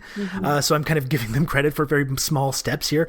But just the fact that I've seen some Palestinian voices get centered in like places like CNN and MSNBC and these big Western media outlets, that's kind of this new phenomenon. Is that something that you've noticed, that there does seem to be kind of a shift in the way that this is covered in Western media, and the fact that there's, I think, more people that are willing to call out what's happening and be specific about the nature of the power imbalance that's taking place? Yeah, I definitely would agree that this time does feel different in terms of the discourse. it's a very low bar that we hold the mainstream Yeah, media of to. course. But even at that, it is really encouraging. It's definitely the other thing I'll say. It's not just noting what they say. I've also noted what I'm comfortable saying, because I think a lot of us who, as activists, as Palestinians, a lot of Arabs, we've been modulating our language and Sure. Yeah. comporting to you know. The Western sort of palette of how to talk about these issues. So, for a long time, I defaulted to calling it the Palestinian-Israeli conflict because that felt necessary to be taken seriously and not also to be targeted as, in a certain way. There is a lot of, anti-Arab and anti-Palestinian sentiment in the West, and it's always kind of under the surface. And so the UAE are forced to kind of engage in its respectability politics that has this tone policing ourselves, in addition to the active tone policing that's happening against us. And we can talk about when we talk about the NDP, because I think there's been a real shift there as well, that we have now parliamentarians, not just in the NDP, but in other parties who have used the words apartheid in their tweets, or used that kind of language. It's not a lot, but it's a handful of folks, when only a few years ago that would have got you kicked out of a nomination process, or even if had you Yeah. won a nomination, kind of be canned as a candidate for any particular party. And now there does seem to be space for that kind of language, and it's refreshing, and it's still something to get used to feel comfortable and safe using that. But you'll notice I'm starting to say things like ethno-nationalism, or, I've always said, it's a form of ethnic cleansing, or it is ethnic cleansing, because I'd read that Eliane Pape book in my formative years. But I felt like I had permission to say it. And I always, would say, well, this Israeli scholar called it ethnic cleansing. It's the title of his book, like as cover, because it Yeah. never felt right to say that. But Palestinians have been saying that for generations. But we've sort of been in the West definitely told not to use that kind of language, or demonized if we did. So it definitely feels like we are having a breakthrough moment in a lot of ways, just in terms of the language and the framing, and more people are speaking out. I just noticed earlier, just moments ago, there's the debate happening in Congress, the emergency debate called by Ilhan Omar, and she called Benjamin Netanyahu an ethno-nationalist on the floor of the House. So Yeah. that's that's new, right? And considering the ways that she's been vilified and Oh my smeared gosh. just Yeah. for very mildly calling out certain of Israel's human rights abuses, and talking about Absolutely. the influence of the Israel lobby, which shouldn't be controversial, but that was a Absolutely. major controversy just a few years ago. So it's pretty impressive that she's still refusing to kind of back away from that kind of pressure. Mhm. And I think there's a lot of stuff contributing to that, and I think, it is an interesting time, and I think to some extent, alternative media and the presence of the internet, where, we can hear alternative perspectives, whereas in the past we would depend just on major networks and major newspapers who, wouldn't necessarily, you could very much and would ignore the voices of Palestinians, or ignore just gloss over it. I think that's changed things a lot. And I think also this conflict is now, I mean, it is a conflict. There's conflict going on, but the situation, this Yeah. that's going on there is, it's been a while. It's been happening. The injustice and the inequity has been going on for over 70 years, and it took that long or longer for the Western world to get on side and understand what apartheid South Africa was, and why they were complicit in the inequitable situation in apartheid South Africa, and to start engaging and participating in it. And with Israel Palestine, there's different kind of forces at play, and different historical background, but at the same time, it's been going on for long enough that people at some point are like, okay, I've heard that excuse a bunch of times, and I looked into it by now, and that doesn't hold up, and I think people are just starting to notice basically that it's not a conflict between warring tribes as it's been portrayed for way too long. It is really, an occupier and an occupied, a colonizer and a colonized, and people are making the linkages between other struggles and understanding what that power dynamic is. So, people have been drawing the link between, like police violence against African Americans in the United States and the way that the violence with the IDF against Palestinians in Israel, Palestine, and the way that cell phone videos have kind of been a way to kind of go past that barrier of where we only ever kind of hear about these stories through the lens of the state.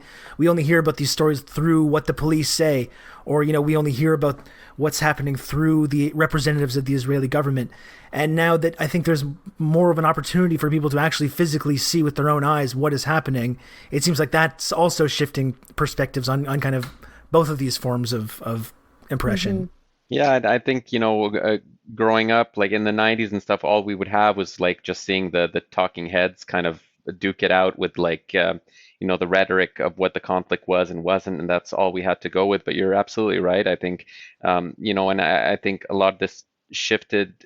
I can't help but think of the documentary Five Broken Cameras, that was about basically B'Tselem, a human rights organization, who just handed Palestinians camcorders, and it served them as it was their protection, their weapons, because they could show that, like, look, I'm not making this up. People have been thinking that we are, there's this kind of like racist thing that they're like, oh well, they're just overly emotional, they're exaggerating. It's not. How could that happen? That doesn't make sense. We're being told that they're being treated very well, by this, beacon of light and democracy in a dark continent, with very colonial kind of depiction of it that we've been having to deal with forever. The only democracy, the only civilized nation in such a barbaric backland. How could these people be treating them poorly? And now, yes, I think that having cell phones and having cameras and being able to demonstrate what they deal with, because the violence is daily. Like we pay attention when there's a very dramatic and spectacular event. But every single day of the year, there is violence, 99.9% of which is aimed at Palestinians, because they are the ones living under the boot of a military occupation and under blockade, and in refugee camps. So I think you're right that having the presence of more media is helping break, kind of like pull back the curtain and demonstrate what exactly we're dealing with. And you see why independent media in Palestine is being deliberately targeted by the IDF in these airstrikes as well. Like, that's not an accident. They know perfectly well where these offices are, right? I think the other thing that I've found really chilling and eye-opening is the social media footage from Israelis and settler Zionists who have also been posting a lot of videos. Yes. And cheering death to Arabs, sending out the tweets or messages saying, let's meet here, and bring your arms, don't come if you don't want it to be violent because it's going to be bloody. Like, these are in text, they're in videos, being shared widely. They're easy to see, and it really exposes this insidious side of Israeli society in this moment. And I think that's been probably the most sobering thing. I was born in the West Bank. I have family there. I also have family in Israel, Arab Israelis, and I never used to worry about them. I don't know why. I figured they had Israeli citizenship. They probably were, they lived in an Arab community, but probably were relatively to compared to the folks in the West Bank, stable, in a stable environment. And I'm terrified for them right now. Seeing armed militia supported by police and military, who folks who've been raised on a diet of hate-filled propaganda towards Palestinian, living in a segregated society, away from Palestinians, being told that they're the enemy, generations of conscription, which have clearly corrupted the ability to see the common humanity. And of course, that's not all Israelis. There is a really, there is a peace movement within Israel, led by Jewish folks, and there is solidarity in some spaces. But Yeah, I of think for course. a long time, people assumed that the younger generation of Israelis would be fed up with the conflict and they would break the historical gridlock, or as it were, political gridlock that some of the extremist far right parties in Israel have sort of been holding that balance of power. And now it seems clear that's actually not what's going to happen. The constant stream of that propaganda of having spent time in the military, that forced conscription has programmed this really hateful thinking, and it will take a lot to deprogram that kind of hate and radicalization that's been allowed to happen.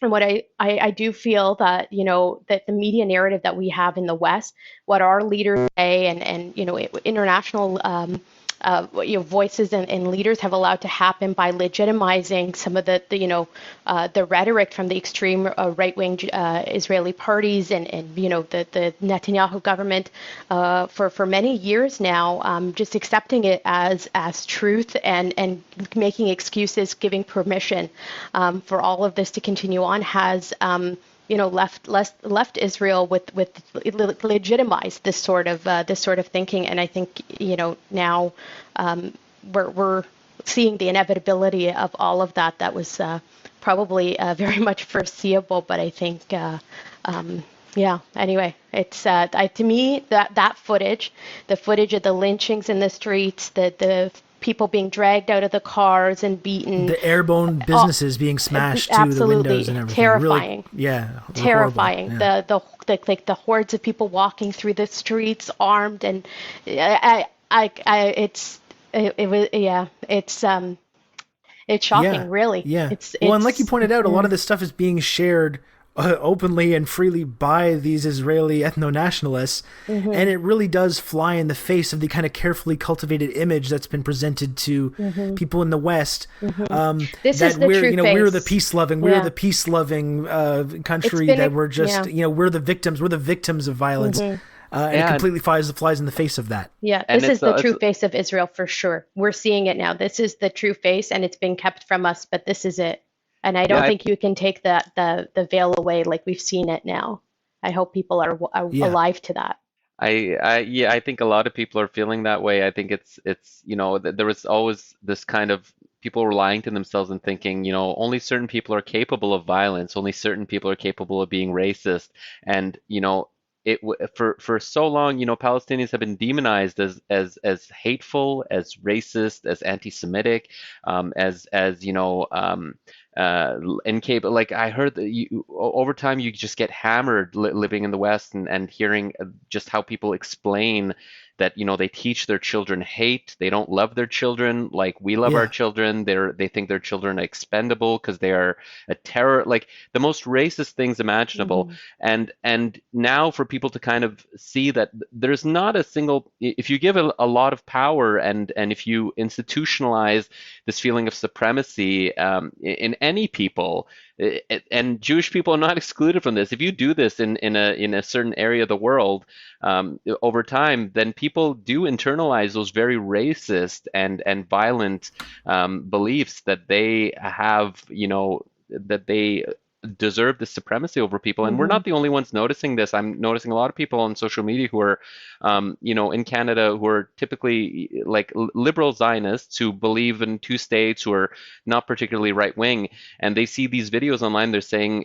this is not who we are. And it's like, yes, it's not who you It are, is. but like the people over there are not you. They're different Yeah. people, and they were raised to do these things. And Palestinians have been talking about it for a long time. I think it's about time you start listening, that they're not making up how oppressed they are. They're not making up, the intense, apartheid conditions under which they live and the racism that they face, every single day. And these movements have only been growing under more and more right-wing governments. This other myth is that, once Netanyahu is gone, everything's going to be fine again. We'll be back to the good old days of, Israel being a beacon of hope and light onto the world.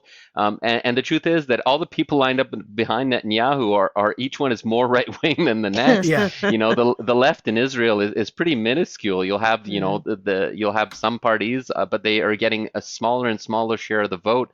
Round after round, and just I think that the number two and behind Netanyahu was on Al Jazeera just I think today or yesterday, and his name escapes me right now, but he basically said flat out, the West Bank is part of Israel. We call it Judea and Samaria. That's part of Israel forever and ever.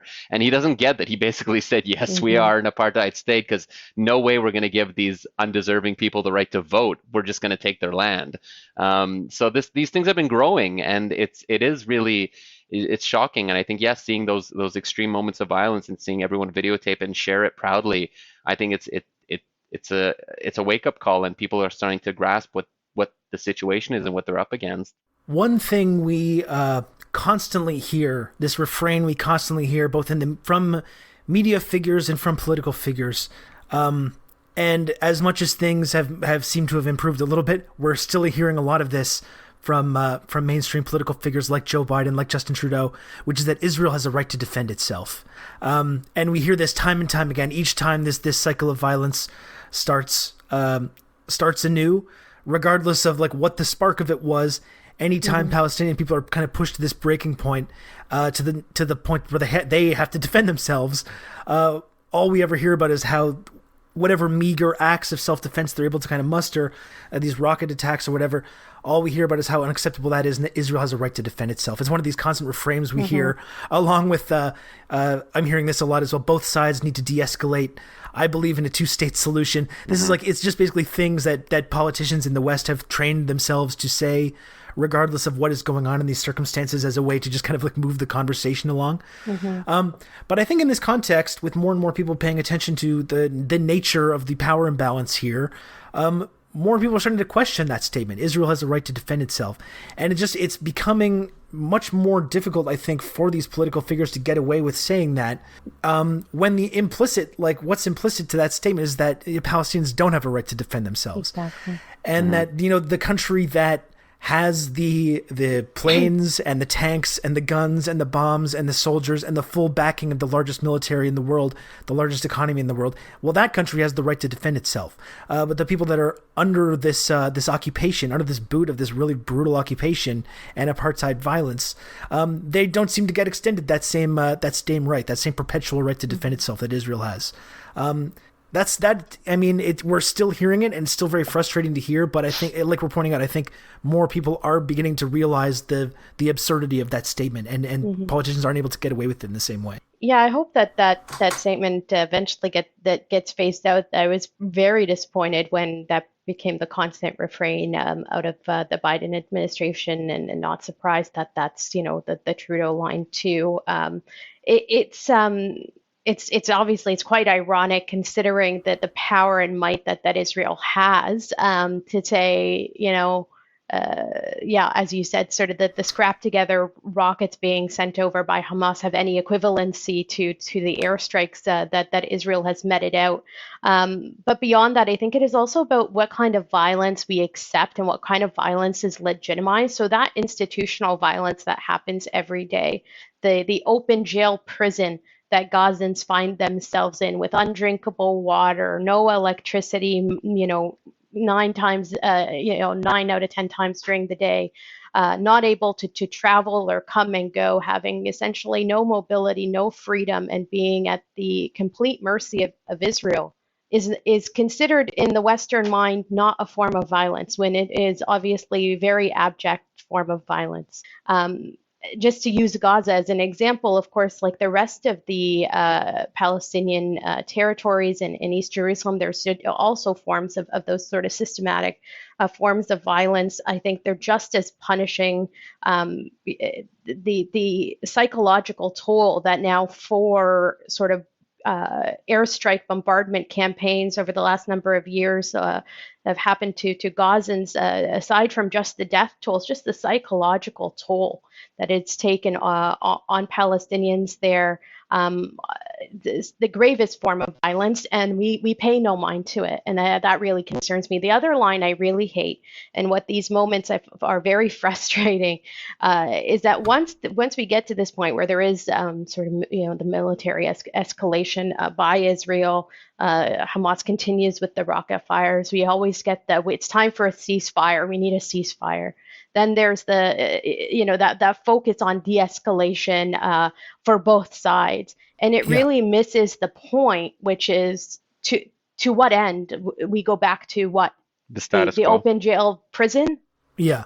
Like there's no talk about the siege, and even if you're talking about the siege and ending the siege on Gaza, what about that after it's not? None of this is enough. None of this ends the violence towards Palestinians. None of it. And it's it is that line is just like I don't know how they've just they developed this line somewhere, whereby it basically implicit to that is that Israel is reacting. It's only reacting to something that came out of nowhere. They were minding their own business, and then rockets started raining from the sky. Is basically the narrative, and it also kind of wipes away. It allows some people to be violent and others not to be violent. So Palestinian violence is completely abhorrent and ridiculous, but Israeli violence is merited and understandable given the context. Moral, even. Even moral. Despite just the numbers, and I hate citing the numbers because the numbers are not only it's not a good way to humanize people, it dehumanizes people. But in the last incursion or the last strikes they did on Gaza, they killed 500 children. Can you imagine any state just brushing that off and not perpetually sanctioning a state that slaughtered 500 children? If any state did that to Israel, killed 500 Israeli children, we would hear about. There'd be commemorations every single year into the future. But this is how basically that's all just wiped clean, and it's as if all of a sudden they found themselves in this situation. Another thing is that if you're just talking about it's constantly about Israel's rights and never about its responsibilities. As an occupying power, it has responsibilities. You can't just occupy, get all the benefits of having all the land. That's just not. It's immoral, but it's also illegal. Essentially, that when you're the occupier, you're not allowed to then. If they revolt against your occupation or your siege, you're not allowed to quell that revolt. They have a right to be violent towards you. They have a right to resist. And this, now it just seems, according to Western governments, Canada is at the forefront of this. Palestinians are not allowed to resist violently to their oppression. They're not allowed to resist non-violently. They're not allowed to protest. They're not allowed to boycott. They're not allowed. They just basically, the message is, you need to lie down and disappear and die. And Israel has a right. It has only rights and no obligations and no responsibilities.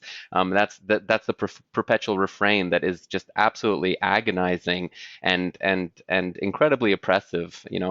Yeah, well, that's what I wanted to bring up next. I mean, first of all, there's this whole bizarre argument about these rocket attacks, and they say, well, this doesn't count as self-defense because they're not guided rockets, and they can be indiscriminate and lead to civilian casualties. And well, the reason for that is the Palestinians don't have an army, they don't have airplanes and guided missile systems. They're forced to kind of work with this because that's their only recourse.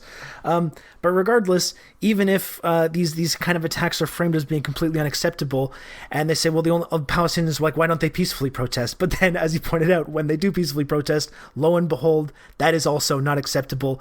BDS also not acceptable, according to our prime minister, who framed this as being some sort of anti-Semitic attack against the Israeli people for wanting to boycott and divest from these illegal settlements, which are their very existence are this constant daily flagrant violation of international law. So that's what I mean. It's like you pointed it out, but it's worth reiterating. There's just no recourse. Yeah. Even the Palestinians who have Israeli citizenship in Israel, the so-called only democracy in the Middle East, can't protest on university campuses. Today we're being rounded up by police and thwarted in their protests, while sort of the mobs and militias were allowed to run rampant. Not only that, Israel was busing and still is settlers from the West Bank to come into Israel to have their marches to wreak their havoc. But the protesters at the university who happened to be Palestinian or Arab Israelis were arrested and shut down. So it's the contradictions are absolutely rampant. And I think the core of all of this is that, and this is where I think, when we talk about the West, we talk about our own complicity. We really need to be alive to the fact that there is anti-Arab, anti-Palestinian racism in our society at every level. The way we talk about Palestinians here and there is completely based on dehumanization. Yeah. Well, it's interesting as well. I mean, one of the reasons that I think it's illuminating to cover this ongoing occupation and crisis is because you all can also see that it's not just about this cycle of violence that we're talking about, the monopolization of violence, the kind of like constant gaslighting and weird twisting of the truth that we see. This not just doesn't take place in Israel. It also takes place in like inner city communities with racialized people that are basically under military occupation by the police. Or, it takes place in our indigenous communities when indigenous people, put up a blockade to pipeline infrastructure, fossil fuel infrastructure to try and block these pipeline projects on their lands. It's the same kind of thing where it's like you have one side that has this perpetual right to inflict this kind of violence, and the other side, the side that's being occupied, in each of these cases just doesn't have any recourse to do anything about it. It's one of the reasons that I think it's interesting because it's not just exclusive to Israel, this kind of colonialist mindset. You see this like wherever there's these colonialist governments in place, in Israel and Canada, the United States, and all over the world. Yeah, I mean, I think the equivalent would be if Canada, as they were, beating indigenous protesters and loading them to trucks, saying to everyone, well, Canada has a right to defend itself.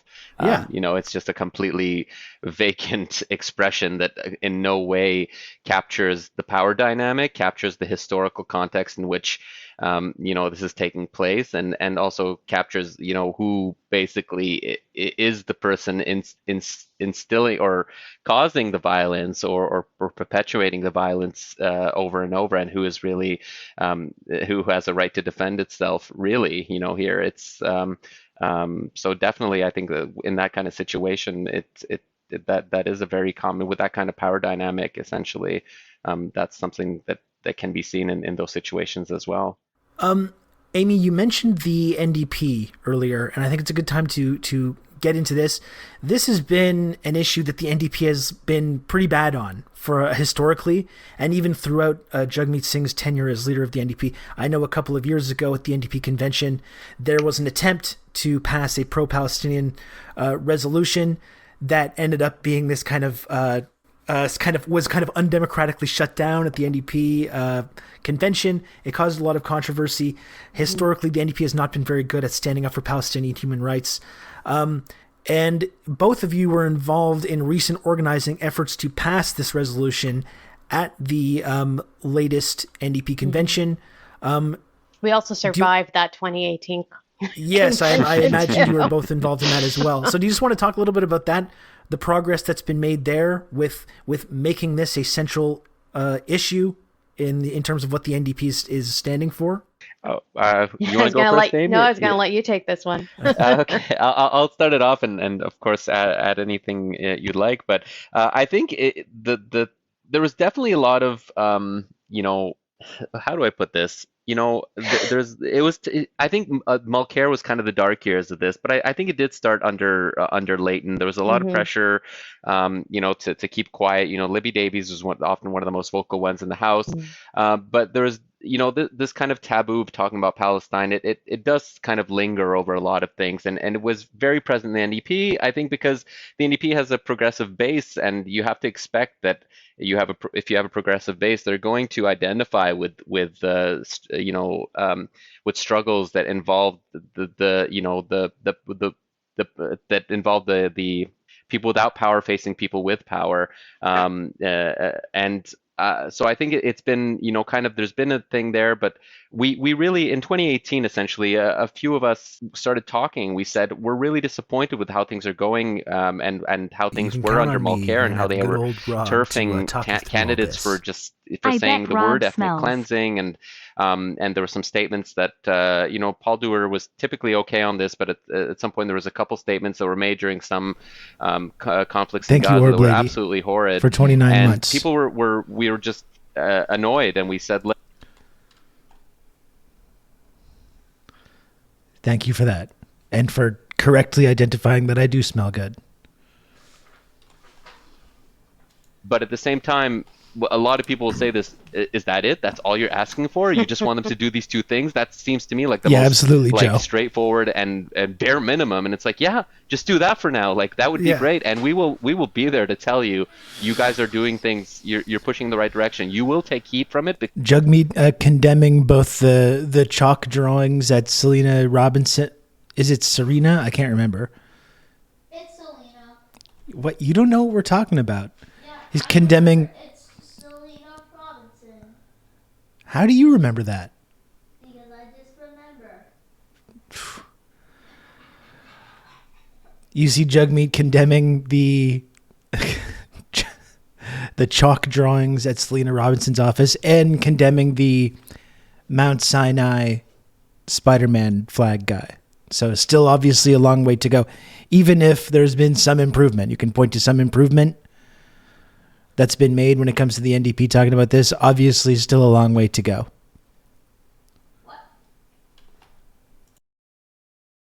Everyone just says the words two-state solutions over and over, and peace and de-escalation and coexistence and dialogue, but it's absolutely void of any kind of application given the situation, given the imbalance.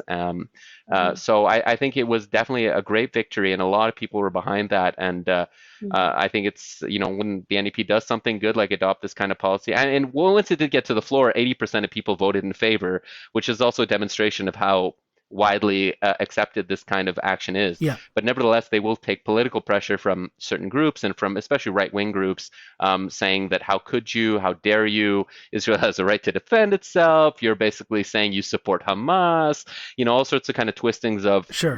we just don't want to encourage war crimes, let's not do that. Yeah, I mean, next stop, full BDS for sure. But we can definitely start somewhere.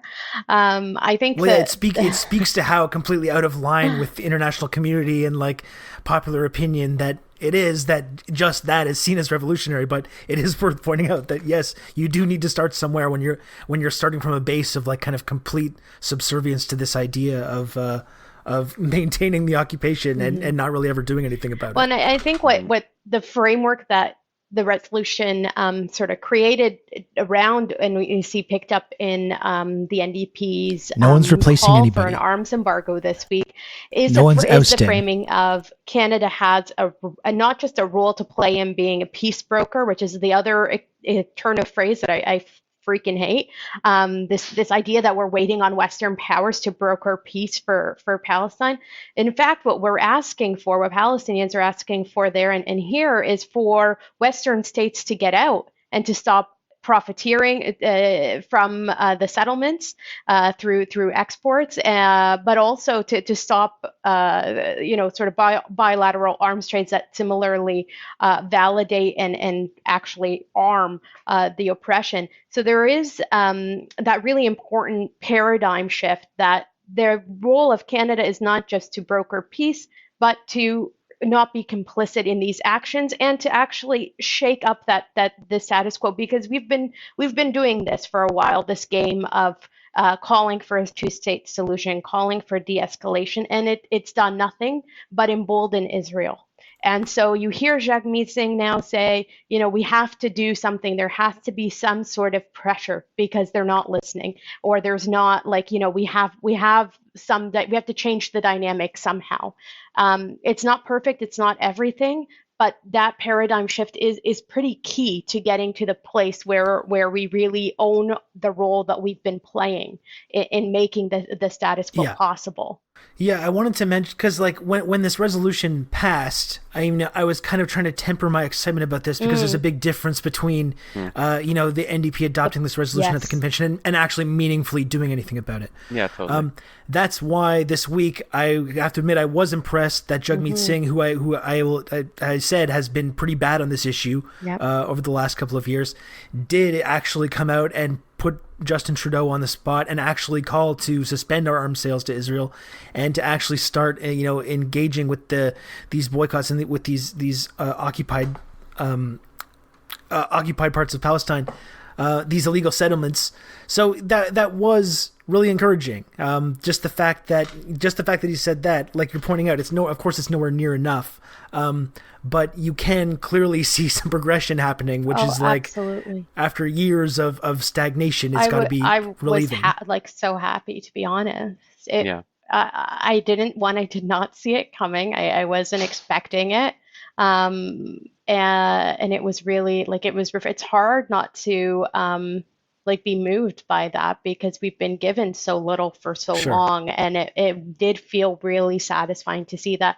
And even in January when we were starting to gear up as like the convention's a couple months away, like really starting to ramp up, I was definitely on the fence about doing anything because did feel quite defeated after 2018, and it was Omar who was really like motivating the group to kind of get this going. And I'm really glad we stuck it out. But like that's how low the morale was, at least for me anyway, just a few months ago. Yeah. And unfortunately, the events of this week kind of made the political reality different as well, and made it sort of a moral imperative for the NDP. But I think having the framework of the resolution was huge to getting us here, and I think it is a really good step forward. I really do sincerely believe that. It was refreshing to say the least. Yeah, Well, and I because thought it was really. Oh, sorry, Omar. You no, can go continue. ahead, go ahead. Well, I thought it was really poignant what Jagmeet pointed out. He made a very good point when he was speaking to Trudeau, who of course had no actual solutions and was just saying the kind of words that we're used to hearing from him about de-escalation and Israel has a right to defend itself, all these things that we were saying, and how Jagmeet Singh pointed out correctly that we can't pretend to be this like neutral peacekeeping force in the region when we're directly arming one side in this conflict. It's completely preposterous that we pretend that we have this kind of just air of neutrality when that's not true whatsoever. And that was a really good point. Well, that's and not going Trudeau on really anymore. had no answer for it and didn't even really engage with any of what Singh was actually mentioning. Well, I actually spoke there, and there was 3 Robs. There was the podcast Rob, the alert Rob, and live Rob. But yeah, I'm glad we've moved past that. This is the good thing about talking about Canada's role in Israel-Palestine from, a couple years ago. We see how far we've come. That's the important thing. And Diego, thanks for another gifted sub to Carnoba.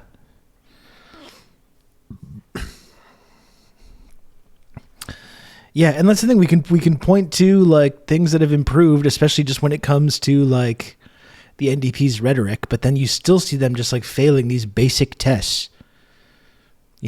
Condemning protesters and condemning Spider-Man and all this stuff. It's just absurd. Yeah, I keep forgetting they're several years old, for sure. I mean, it's really interesting for me to hear back these conversations from a few years ago, and it's something that I'm kind of proud of, that I have done these kinds of episodes over the years, because I think engaging with this and learning about this had really helped me over the last 4 months with being able to fully understand and have like a coherent analysis of what is going on. I think it's been useful for me. I hope it's been useful for people that have listened to the stuff I've been doing over the last couple of years. But you also see how little has changed in many ways as well, which is also just depressing in and of itself. Be doing really, and Canada is very complicit in incredibly colonial and imperial policies throughout the Middle East, whether it's in Yemen, whether it's in Afghanistan, whether it's in Iraq. Our presence there is, I think, for the most part, we do more harm than good. And we've now grown under Harper and Trudeau picked up the torch and ran with it, but we are the second largest arms dealer to the Middle East, which is a horrid thing to be a part of and to be, as citizens, we're all complicit in this. But basically, our economy has been shifted so that a big chunk of it relies on selling weapons and arming, these non-democratic regimes to the teeth.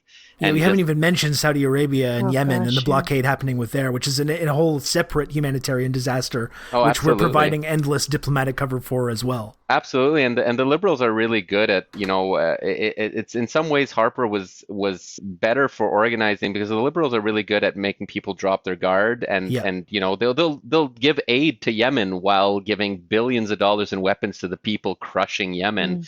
They'll give aid to UNRWA in Gaza, and then they'll go out in Muslim and Arab communities and say, like, unlike the Harper government, we're restoring funding for humanitarian aid. And you all have to just say, well, why do they need humanitarian aid? Oh, because of the state that you're emboldening to tighten a blockade around them. The list is endless. But when it comes to Israel-Palestine, I think a lot of people don't understand or see to what extent, Trudeau really did pick up from Harper and continued the same, incredibly staunch political support. I saw this crazy thing about Netanyahu who's lecturing some troops today, and he was telling them, do not be afraid of any commissions Yes, or oh my God. investigations. Go hard on Gaza. He's actually saying this to them. And one of the reasons is, and I think Amy also pointed this, it's like, I wonder, do you think it's because Canada told them that they would object to the International Criminal Court investigating them? Like, what kind of a crazy thing is that to do when you tell a state, don't worry, do whatever you want. We will push away the courts and guarantee all impunity for the absolute worst thing you can do. So go ahead and have at it. That's essentially what Canada's doing. It's absolutely horrid that the Canada objected to the ICC investigation. Very interesting in light of recent events. Single, potential avenue for Palestinian Authority to explore in terms of like diplomatic pressure.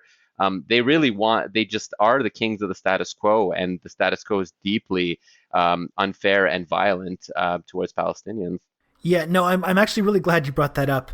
This idea that, when it comes to colonialism or imperialism in the Middle East, in Africa, in the global South, that Canada is somehow this benign presence. We're the good guy. We're the United States, polite, friendly neighbor to the north that doesn't participate in all the same stuff. That's something that I'm very, very interested in, like, debunking. That's a lot of what the show is about. So I'm happy you brought that up. I think our role in perpetuating this ongoing crisis in Israel-Palestine, giving endless diplomatic cover to the Israeli regime while they carry out these human rights violations and break international law every single day. I think that's really highlighting that idea that we're not this benign presence on a world stage, and that we actually do participate in a lot of this stuff. And the idea that we don't do this stuff is like really one of history's most impressive marketing campaigns that Absolutely. many people believe, like not just internationally, but people in this country believe it as well. And that's one of the reasons I'm trying to do this show, is to slowly debunk this idea, this preposterous idea that has never had any basis in truth or fact. Right on. Amy and Omar, I really appreciate you both taking the time to come on the program and speak to me about this stuff. It was a real pleasure to get your perspectives on this. Before we sign off, would you just each like to let everyone know where they can find your work and anything you want to plug before we sign off here? Sure. Well, thank you for having us, and I really appreciate making space for this conversation. Folks can find me on social media at Amy Kachek, and we still have our Palestine Resolution 2021.com website running, and we are keeping track of lists of supporters just for different actions and things as they come up. And of course, there's a lot of rallies happening this weekend and demonstrations in solidarity for Palestine, in remembrance and marking of the anniversary of the Nakba, the Great Catastrophe, 73rd year, and we're still seeing the Nakba being perpetuated. So hopefully people can get out safely with masks on to rallies this weekend. And thank you so much, Rob. It was really great to be here to be able to unpack all this and to talk about it. So my name is Omar Bergan, and I'm based in Ottawa, and yeah, I also helped organize with the resolution. So if you'd like to keep in touch, sign up there. And I can be found on Twitter. So my Twitter handle is OHMSB, OHMSB Twitter handle. And yeah, see you there. Great. Well, thanks again for joining the show, and we'll keep in touch. We'll talk to you soon. Okay, another great conversation with Amy Kishek and Omar Burgan. That was from May 14th, 2021. And yeah, I think it is really interesting for me to listen to these conversations over the years that I've had about this. Pretty fascinating stuff. How are you all enjoying are you enjoying the rerun episode? The kind of clip show? How do you, Chad, what's going on? What do you think about this? What's your take? What's your stance? I'm on audio only. I have no idea which is old or new, Rob. That's it. That's how I get you. That is how I get you. Those were the two main, podcast conversations that I wanted to put on. There's another few things. There's some video content as well.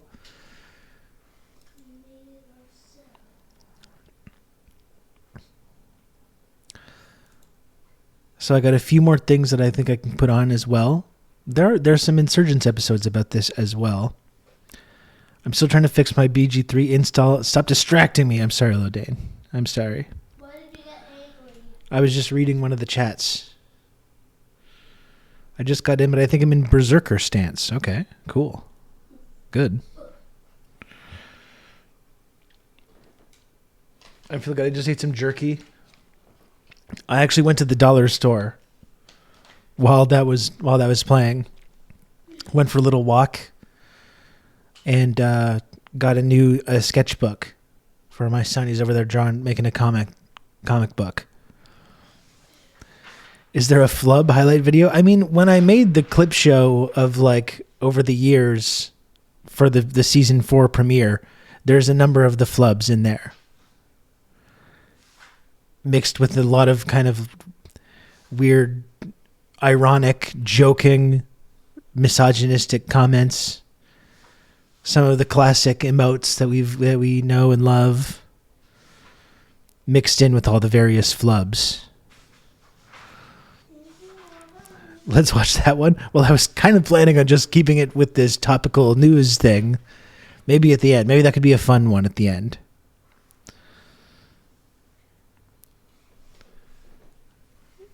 We could do a fun one.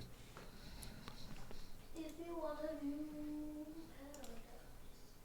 Simply look around and view it. Thank your imagination, guys. Anything you want to do it.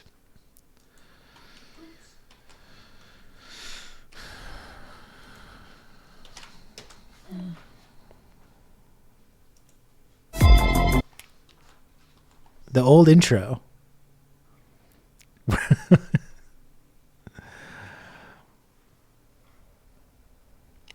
about that Jordan Yule guy? He is a cool guy. He's a very cool guy. This is me. Okay, it's all about me. No, it's not. Is Elon Musk talking to you? No. No, he's not. Okay, so this is from 2 years ago. What? 2 years ago was 2022. Yeah, I know. Just let me set up this clip here. This was, I've talked before about how the whole IDF flotilla incident was one of the first things to really start to radicalize me on this. And this was a segment that we did on the show 2 years ago to go over some of the media, like what the media was talking about at that time. And I think that's in analyzing this conflict or really any other sort of similar event, it's always interesting to talk about the way that the media covers this and do that kind of media criticism. So that's what this segment is about. This is going back to 2014, talking about the IDF flotilla massacre incident and the way that the media covered that. You're getting the old set. And the thumbs up, right? Okay, I'll talk to you later. Bye. Okay, so you ready? Here we go. You're going to getting a tour of all the old backgrounds, the old set and design and everything. Here we go. Let's take a look at this. See if you can find yourself in the chat. There was this incident, and then I remember the flotilla incident. Does anyone remember this? There was an aid flotilla that they sent into Gaza, trying to break the blockade, trying to deliver resources. The video is from 2 years ago, Dr. Maggot, but the flotilla was in 2014. To people in Gaza against the blockade. They had pocket knives, that's right. And I remember at the time hearing about this before they sent it, and I heard all about the flotilla and what they were putting together, and I was kind of following this for the first time, and then seeing what the result was, seeing how these I'll people be back in a few minutes, putting together this flotilla and trying to like deliver vital supplies to people in Gaza, the way that they were just like indiscriminately killed, and then the way that the media was complicit in that. That was really the first time when I noticed that big split in between like the reality is what I observed and then what was being reported in the media, and noticing that big like gulf and just being like, whoa, like what is this? It was really one of those things that made me start questioning this and realizing the extent to which that Israel and also America and Canada gets their like genocidal and violent legacy gets completely whitewashed through the media. Because you can see when you see the disconnect between the reality and the way it was covered. Israeli forces stormed at least one ship attempting to break the blockade of Gaza. Commanders lowered themselves from the helicopters and onto the Mavi Marmara. That's the lead ship in a flotilla of 6 vessels which are carrying aid for the Palestinian territory. We can confirm that at least 2 people have been killed and more than 30 have been injured. Israeli radio is reporting the death toll may be as high as 16 people. Well, our reporter on board the ship sent this report before communications were cut. The organizers on board the Mavi Marmara, after 2 people have been confirmed killed by the Israeli army, have now asked all the passengers to go inside. They've raised the white flag. This after Israeli commandos descended upon the ship in international water. International waters, these were not terrorists, these were not soldiers, they were people bringing supplies. Just a very deliberate, like, violent war crime in full view of everyone, in full view of the media. And just, again, it just got covered in the media, and the IDF said, well, they had weapons, they were bringing weapons to Gaza. Look at this, we found a bunch of, like, knives and shit on there, so it was justified. And the media just went, yep, no, okay, so the IDF said it was justified, so that's what happens. That's what happens, and they were right, they have a right to defend themselves. Listen, Israel has a right to defend itself. And that was the reaction from both political leaders and people in the media. And I was just like, okay, what the fuck is going on? This is so weird.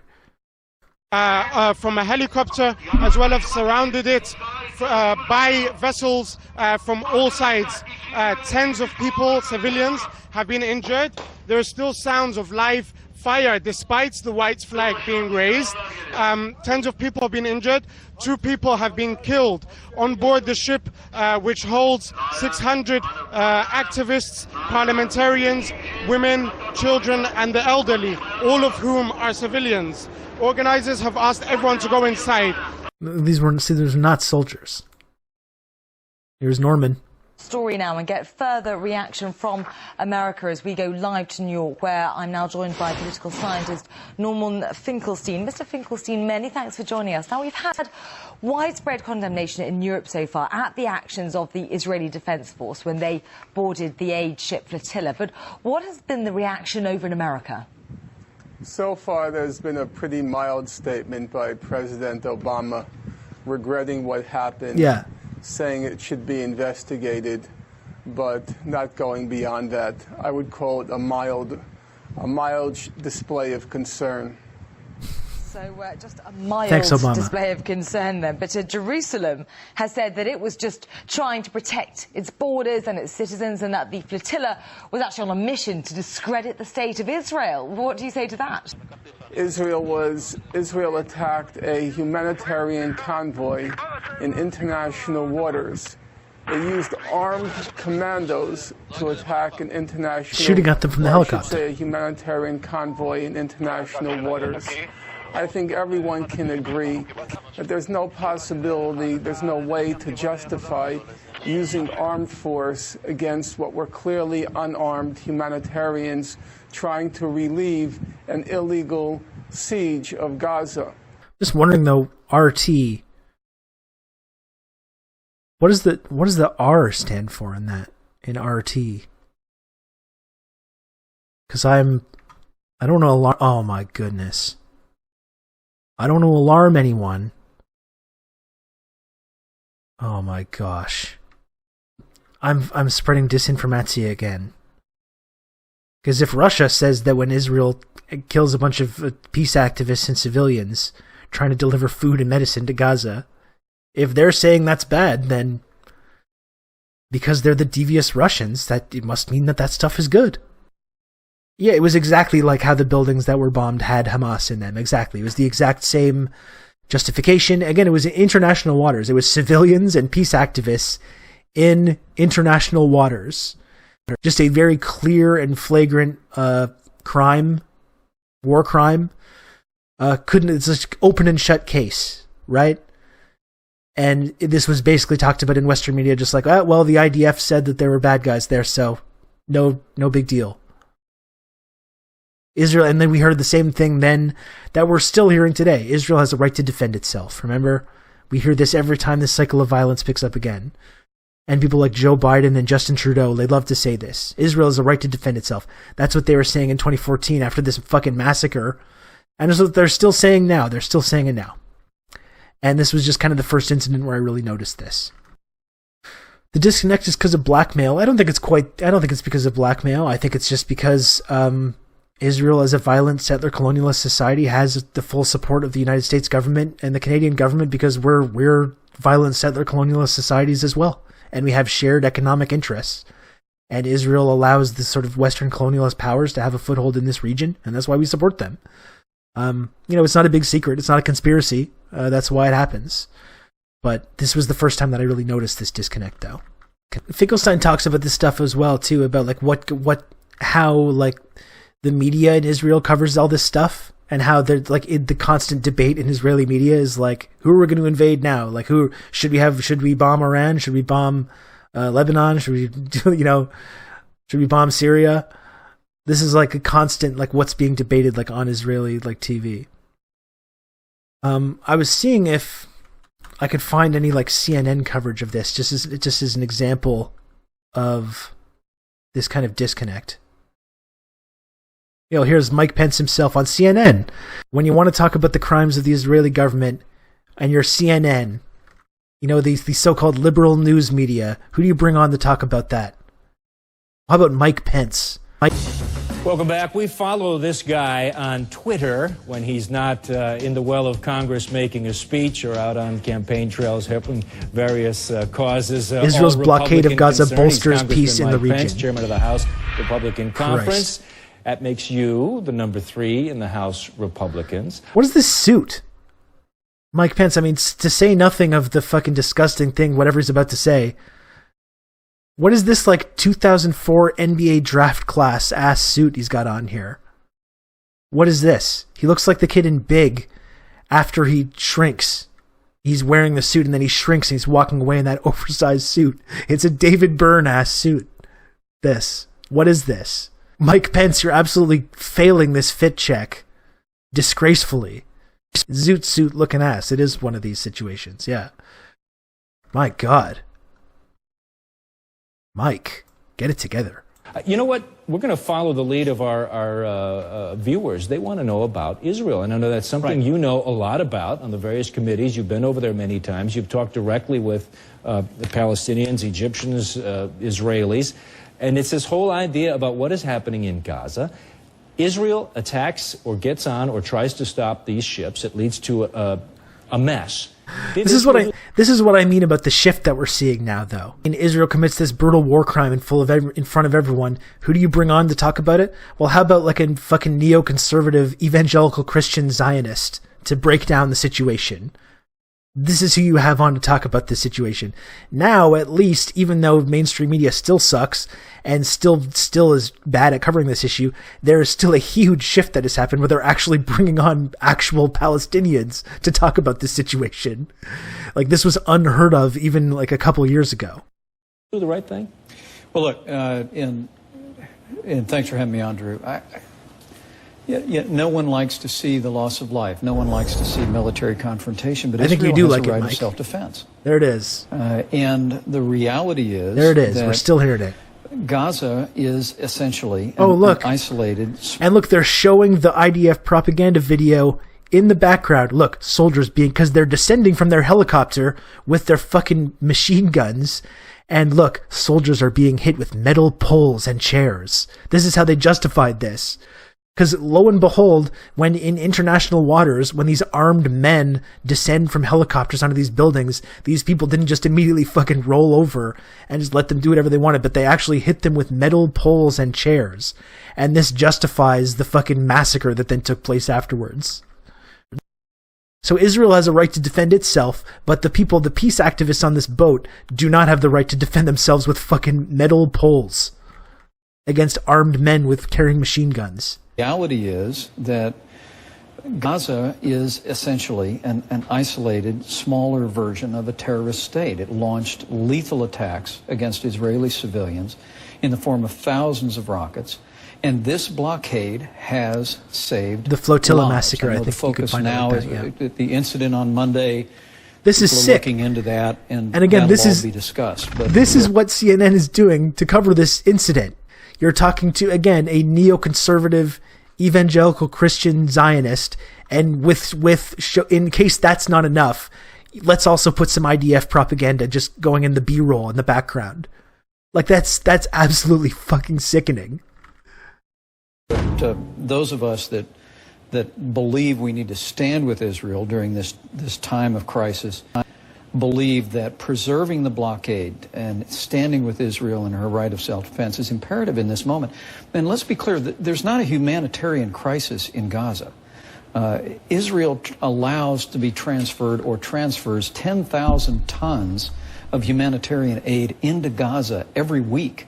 I mean, definitely someone that you want to hear from this about what does and does not constitute a humanitarian crisis. Someone who believes in like fucking gay conversion therapy and like willingly let people, residents of his state, contract HIV and AIDS. Hospitals are fully stocked. The food markets are fully stocked. This flotilla was embarked on a mission to challenge the blockade. Security forces, Israeli Defense Forces, challenged it. And violence ensued, but ultimately Israel has a right to defend itself. Congressman, you've been in Congress, this is your fifth term? Yes, that sir. Right? Fifth term? You've seen various peace efforts come and go. It's been so frustrating for decades now. And once again, it seems we're on the verge of restarting these peace talks, and yet another issue develops where the whole issue flares up again. Are we ever going to get to a place where the Palestinians, where Hamas will be in a position to negotiate with Israel? Or if we truly want to get some relief to the Palestinians who are stuck in Gaza, should we not be talking about getting rid of Hamas? Well, let's make a very careful distinction between the Palestinian Authority and the terrorist organization of Hamas. Part of the reason behind this blockade, Drew, is to prevent the flow of arms to the extent they can into Hamas, so Hamas can begin again to use Gaza as a platform for attacks against Israel. You know, there would be a pathway forward for a peace agreement with Israel. It would be very simple. That if the Palestinians... Again, they're using this very, very clear war crime, this massacre against unarmed people in international waters. And who's the bad guy? Hamas. We got to. What does this mean about Hamas? This is just evidence that we need to get rid of Hamas. All this, isn't it? It's so fucking sick. Like, it's cool that it's good and encouraging that I think there's some progress being made on this. And this was how Western media covered these events up until very, very recently, even I would say throughout the Trump era. Palestinian leadership would recognize unequivocally Israel's right to exist. And essentially, if it would initiate an effort to dismantle terrorist infrastructure within all the areas under their control. I mean, the reality here is that while Israel is often demonized by the international community, the Palestinian leadership has it in their authority today under the rubric of the old roadmap that we all understand so well to embrace just a couple of basic truths in the public debate, and that would facilitate, I believe, a durable peace. But until that happens, then I think we need to stand by our most cherished ally, Israel, and we need to stand by her ability to defend herself. Anyway, I was interested in seeing some Western coverage of how that flotilla incident was covered, and I was not disappointed by that. That's pretty much significantly worse than what I imagined we would find on that.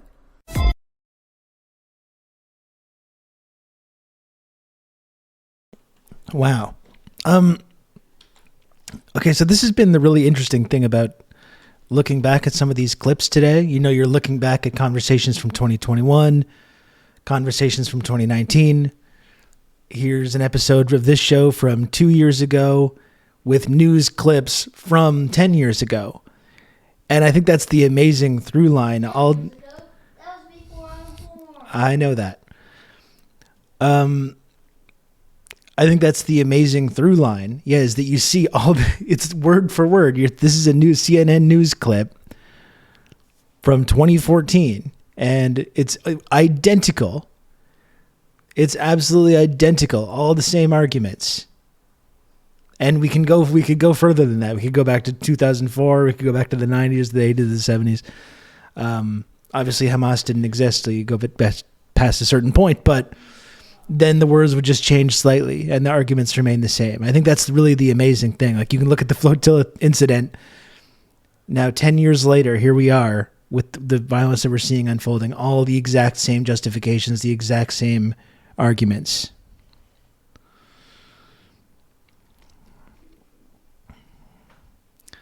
Sub to upgrade my set. I think my set is upgraded. I like the set now. I like how it is now. I got my books. I got my Lenin statue. I think that's good.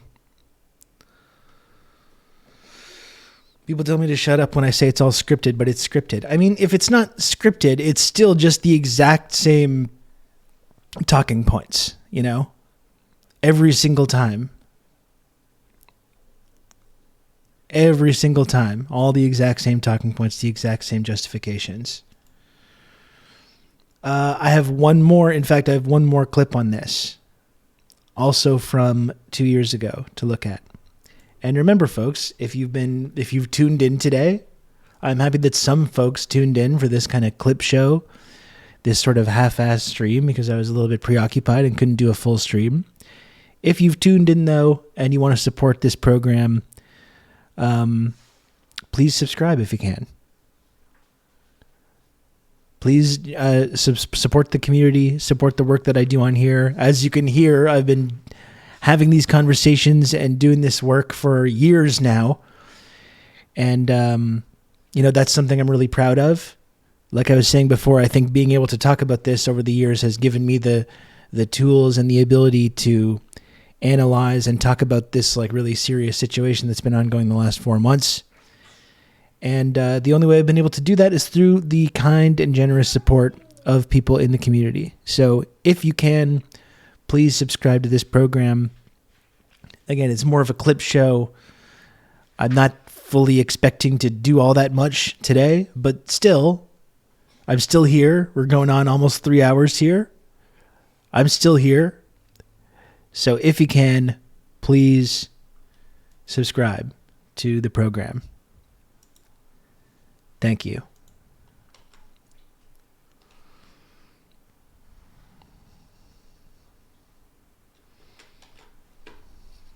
Yeah, it's frustrating too, because like for a while I was doing these videos, just they take me too long to edit.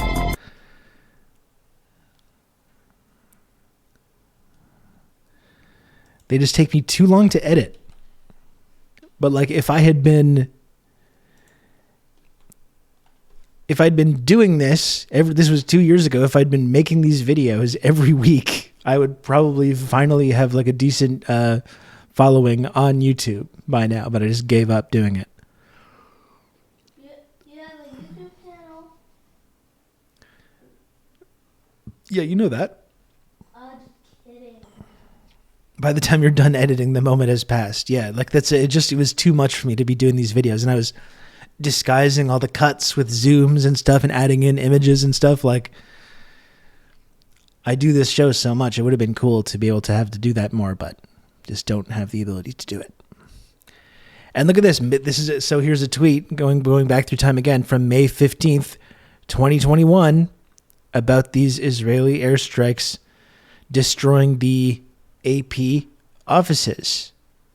You can count on me. You're going to have good old Rob to talk you through all this.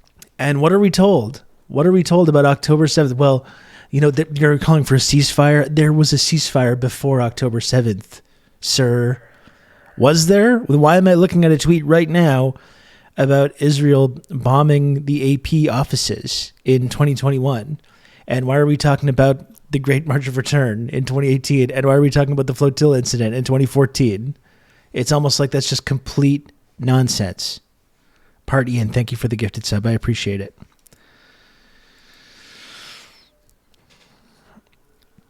Let's see. Do you know that Calvin? Do you know that now Calvin's becoming the real stupendous man?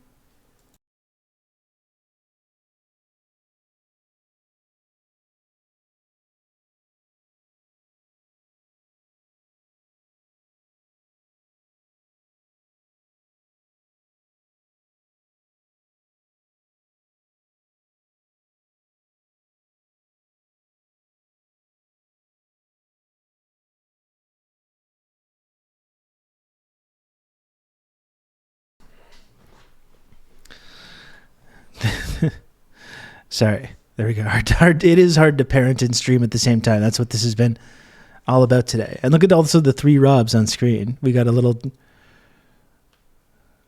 like a collapsing Russian nesting doll of Robs. Anyway, he's drawing a Calvin and Hobbes comic book. He's doing like a Stupendous Man comic. It's actually really cool. We just went to the dollar store when the last podcast was playing and picked up a new sketchbook. I'm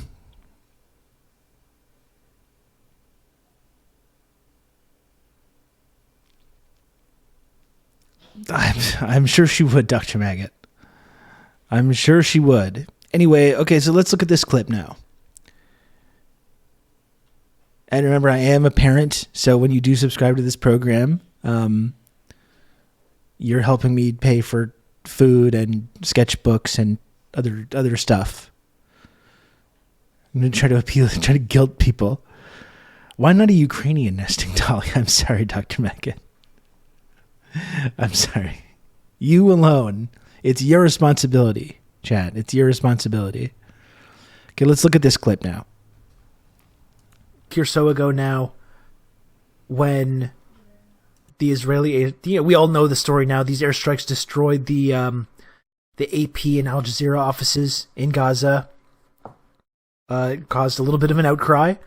This was kind of my jokey tweet about this, just to like poke fun at the way that this stuff gets covered in the media. And I kind of did a joke about the AP covering their own building being destroyed by describing it as moral and like defensively destroying the offices. And that was pretty much just like a silly joke that I was doing. I didn't really expect them to cover it like that. There was just kind of an offhanded comment about how the media generally engages with this stuff. That's what made it all the more insane now yesterday, where the AP, their office gets bombed. Of course, Israel comes out and says, oh yeah, of course, we only bombed it because of Hamas, just like everything. Oh, we bombed a hospital? Sorry, it was because of Hamas. We bombed a school? Hamas. We bombed a refugee camp? You guessed it, Hamas. We bombed this building full of the journalists' offices? Hamas. We had to do it because of Hamas. So they claim that's why. Then they gave the excuse. They said we showed the U.S. the smoking gun of Hamas offices in this tower. And then the next day, Blinken said he'd seen no such evidence. And then so this is how the AP then responds to Israel intentionally destroying their offices, is to fire this journalist, Emily Wilder, after conservatives rallied to get her fired because she was part of a Students for Justice in Palestine in college. So this fucking... But of course, excuse me, if you like literally were part of the IDF and you go and edit Atlantic Magazine, or you go write pieces in the Wall Street Journal where you just take Mossad intelligence reports and reprint them in your newspaper or your magazine, that's okay. That's fine to do. It's fine to do that. But if you're part of some like Palestinian protest or some Students for Justice in Palestine movement in college, then you lose your job years later.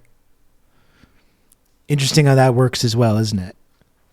In college, this youth group of like young conservative college campus freaks found out that she was part of this student activism, Students for Justice in Palestine in college. And AP, after Israel destroyed their own fucking offices, that's how they respond. Here's this piece in the Federalist. Associated Press brings on anti-Israel activist as news associate. Amid the Associated Press denying knowing it operated a news bureau in the same building as Hamas terrorists, the outlet recently hired an AP news associate that has participated heavily in the anti-Israel movement. Emily Wilder, a former Arizona Republic reporter and graduate of Stanford University, tweeted that she accepted a position with the AP in April. The Twitter post was dug up by the Stanford College Republicans, a group that frequently probes into former and current student political activities.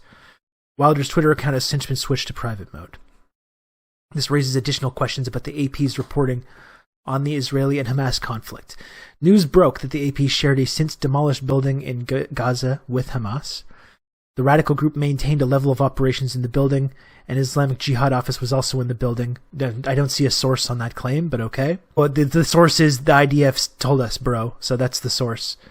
Journalist Noah Pollack claims to have spoken with Israel Defense Forces personnel who say AP reporters had knowledge of the shared environment. So Noah Pollack, intrepid journalist Noah Pollack, spoke with IDF personnel, and they told him that the AP reporters totally knew that there was just like terrorists running around that office. This is the amazing. Okay, this is the incredible paragraph here. Let's unpack this. Let's really unpack this part. Wilder led an effort on Stanford's campus to host anti-Semitic cartoonist Elie Valley. Valley frequently draws Jews in an offensive way and has depicted Nazi imagery in his work. The former Stanford student was the co-leader of Students for Justice in Palestine as well. A spokesman for the AP told the Federalist that the outlet requires employees to abstain from political activity. Anti-Semitic cartoonist Elie Valley. You know what this article seems to forget to mention, though? Is that Elie Valley and Emily Wilder, the subject of this piece, are Jewish. That gets conveniently left out of this, doesn't it? It's just, she was engaging in this kind of anti-Israel activity, and she was bringing on an anti-Semitic cartoonist, basically a Nazi, onto the college campus. At no point in this piece does it mention that the subject of the piece and Elie Valley, who they just called a fucking anti-Semite, are both prominent Jewish activists. She literally grew up in an Orthodox community. Elie Valley is not only Jewish, his dad was a rabbi. I know, and I've talked to Elie many times. And Elie is like one of the most, like, I think, principled, outspoken defender of like human rights and Palestinian human rights. Elie's someone that promotes in his work and in the work that he does, like, really important Jewish values. And I know, I don't want to speak for him, but I know as someone that takes a lot of pride in having those values. And they're literally, like, they're using this now to say both Elie Valley and this reporter are anti-Semites. Like, I can't even imagine how difficult it must be to be someone like Elie Valley and has devoted so much of his career to advancing the cause of peace and to promote these really positive values, and then to have these fucking dipshits call him an anti-Semite. And this really just, like, illustrates more than anything else possibly could the ways that viewpoint, particularly from Jewish people, like, we don't want to hear about that. We don't want to hear about it, and if we do hear about it, if you manage to, like, overcome the kind of firewall that we have in place to ensure that this viewpoint is, like, never articulated in any kind of mainstream way, the minute you do that, you'll then be smeared as being, like, a self-hating Jewish person or an anti-Semite. And that's the thing, the right, as much as they claim to be against identity politics, they love identity politics. Anti-Semitism and claims of anti-Semitism have been completely weaponized to advance a very specific ideological project that has nothing to do with, like, Jewish people or protecting Jewish people. Nothing whatsoever. It's being weaponized to advance a very specific and violent colonial project. This is what the Corbyn era was all about, right? No matter what happened with the Labour Party, no matter what happened with Jeremy Corbyn, all we ever heard from were from these, like, pro-Zionist viewpoints who would just frame everything as being this, like, assault on their identity and assault on their, like, safety. They were saying that, you know, Jews are going to be expelled from the UK. There's going to be some kind of new Holocaust. That was the 5 years of that in the UK. There was 5 straight years of, like, that is being the only viewpoint that you ever hear on a mainstream level from, like, Jewish people. And the Jewish people that were part of the Labour Party, the Jewish people, of which there were many, the Jewish activists that supported Corbyn, of which there were very many. Did you hear about that? Were they getting op-ed pieces in the Guardian? Were they getting, like, put on BBC, like, every single night? No. They cared so much about protecting Jewish identity and promoting Jewish values and centering Jewish voices until one of those Jewish voices would come and say, like, actually, I think Jeremy Corbyn is good and he's not anti-Semitic, and it's actually wrong to just, like, smear this person who's devoted his whole life to fighting against racism and apartheid and anti-Semitism and smear him like this, in this way. Did those voices get elevated onto British media? Did you hear from those people? No. Not one fucking word. In our discourse, we treat people like Mike Pence or Ted Cruz or Justin Trudeau.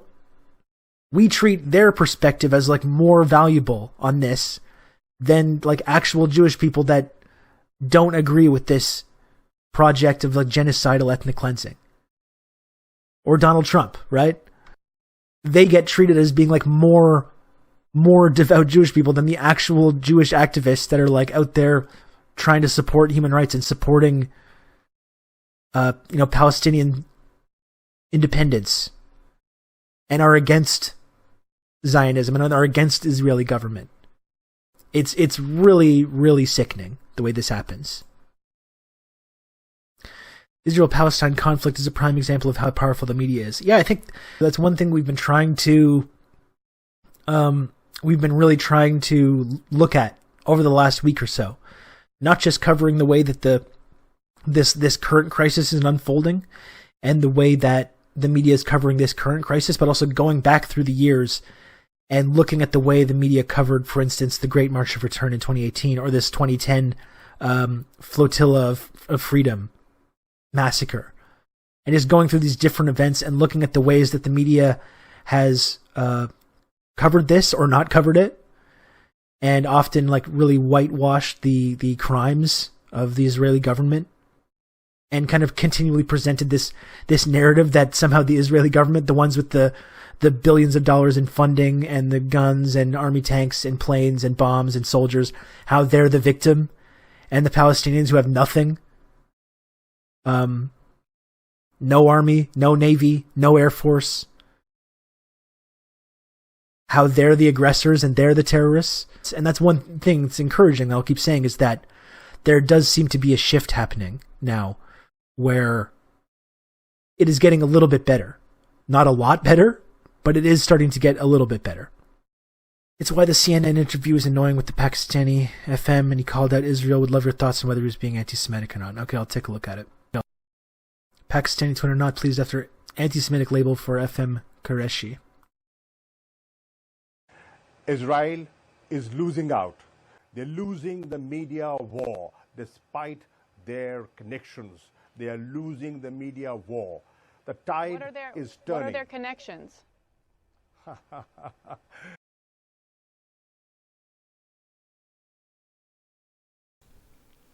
You can count on me. You're going to have good old Rob to Kill talk Panic. through all this. Kill Panic. Thank you for saying that. That wasn't actually me. This is me. This is the real me. This is the real me. But thank you. I'm glad you caught that. I really appreciate. I love going on the East is a podcast. I love Seema. Such a cool and interesting person. Been on the show a couple times. I'm glad you could join the stream. What's that, buddy? Yeah, I'm going to be done in a few minutes. He's getting kind of antsy here. Let's finish this video and then I'm going to finish up for the day. Deep pockets. What does that mean? Well, they're very influential people. I mean, they control media. I mean, I would call that an anti-Semitic remark. This is the kind of thing that it becomes difficult to parse. Because you can't not point out the way that the media does have this favorable slant towards the Israeli government. When you kind of frame it like that, and you get into that Jews control the media territory, that is an anti-Semitic trope, absolutely. But there has to be a way to point that out, which is just completely, that's not controversial. That's not controversial in any way. To point out that the media is incredibly biased towards the actions of the Israeli government. I mean, that's just like a fact. That's a factual thing that's happening. Yeah. So when you talk about this, of course, it is anti-Semitic to say oh yeah, Israel controls the media. Is Israel or the Jews control the media, which is I think what you could infer from maybe that statement. But that's what I always think it's important to keep pointing out, that it's not just about Israel. It's not like Israel is the only country that enjoys this kind of treatment from the media. They do enjoy that treatment, but so does the United States, so does Canada, so does Australia. It's just Israel. That's what I keep trying to hammer on here. It's not just about Israel. It's about Israel being one piece, one cog in a global colonialist empire, which is headed by the United States. Israel is just a part of that. Israel is the foothold. Yeah, Kill Panic. I'm doing a clip show today. I'm doing a clip show because I'm parenting at the same time. So I've been relying on past Rob a little bit today. That the U.S.-led empire has in the Middle East. And so when you say Israel it's biased towards Israel, it's biased toward the Jews, that is not accurate, because it's biased towards this system of colonialism. The CNN is just the media arm of that colonialist apparatus. And yeah, it's okay, it's independent. It's independent from the state, which it's not. It's not. It's completely subservient to the national security establishment. You might have some differing viewpoints, but within the boundaries of the discourse that they allow, there's a very clear ideological project that CNN is a part of. And it's not a pro-Israel agenda, it's a pro-capitalism agenda, it's a pro-imperialism agenda, it's a pro-colonialism agenda, and Israel is a part of that. Yes, of course, champion Ratcatcher, but it's not anti-Semitic when right-wingers yell George Soros for everything that happens. Everything that happens, all the Black Lives Matter protests, that's all part of a Jewish conspiracy, according to these folks. And that's okay. It's okay to say that. It's okay to say that, of course, because as long as you support Israel, you can make these kind of claims. As long as you support Israel's unequivocal right to just bomb kids and hospitals and schools and stuff, then you can go out and say, oh yeah, Black Lives Matter is a Jewish conspiracy theory. Oh yeah, the refugees and the migrants coming across the border, that's a Jewish conspiracy theory, because Jews are actually trying to import refugees into the United States to dilute the white race and participate in this white replacement theory stuff. That's a mainstream idea on the right. That's a mainstream idea to think that, and it's totally okay. It's totally okay to think that. as long as you support Israel's unequivocal right to bomb kids. That's how fucking backwards this stuff is. Okay. Thank you, Past Rob. That was good. Past Kill Panic sucks ass. I'm sure that's not true. You know? Listen, I'm old. I'm 40 years old. That's 38-year-old Rob. You go back on a long enough timeline, and you're gonna see some dipshittery. Okay? You're gonna see some lib behavior. And I did have some. I was confused about the timeline too. The flotilla thing was 2010.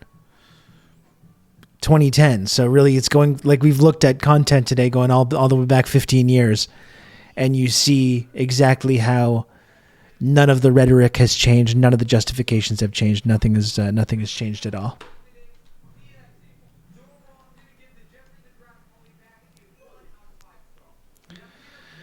Simpler times. That's right. So what else do we have here? Okay, do you see the Malama thing about Elon Musk? I hope. Don't say that word. Okay.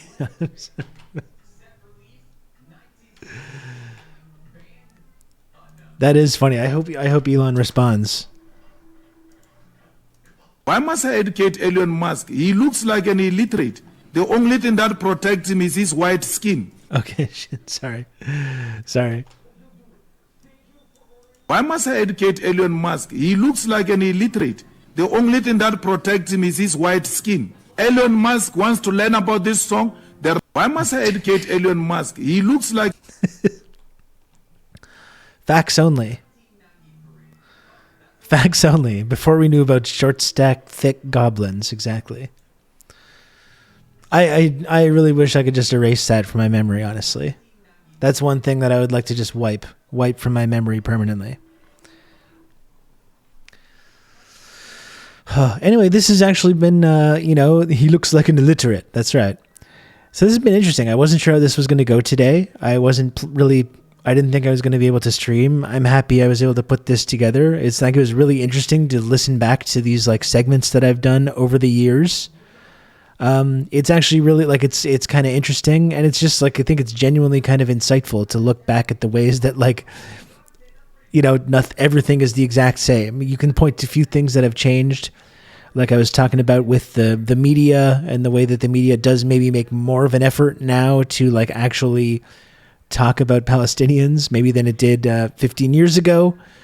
Still obviously a long way to go though. You still have a media establishment that's fully subservient to this sort of Zionist perspective. So that was really fascinating. So I'm glad people were able to tune in for that today. One final push, folks. It would be if I could even get halfway to the goal. I know I haven't been here for most of the time. I literally went and walked around my neighborhood and walked to the store while the stream is going on. And I relied on Past Rob. I exploited the labor of my past self to host the stream today. But if you can, they just bring on Palestinians. They can heckle them into denouncing Hamas. That's right. It was incredible, right? Going back to 2010 and the flotilla thing. Oh, Hamas was on the flotilla. Oh, Hamas is in the AP building. There's Hamas tunnels under international waters.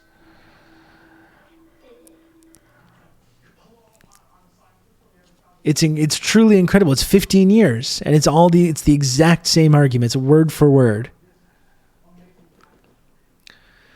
So I know I did exploit Past Rob's labor, but I still did manage to put together a 3+ hour stream here, folks. So if you can, please subscribe to the podcast. If you can. It's the last stream of the week. If it's possible, please support this program. I'm going to get going soon and order Pizza Hut. I'm going to eat some Pizza Hut in a few minutes. So if you can, please support this program. You can count on me. You're going to have good old Rob to talk you through all this. Dynamic Nibbles, thanks for the 7 months to Tier 1. I appreciate you, Dynamic You Nibbles. can count on me. You're going to have good old Rob to talk you through all this. And Bleep Lord, thanks for the 3 gifted subs as well. Thank you, Bleep Lord.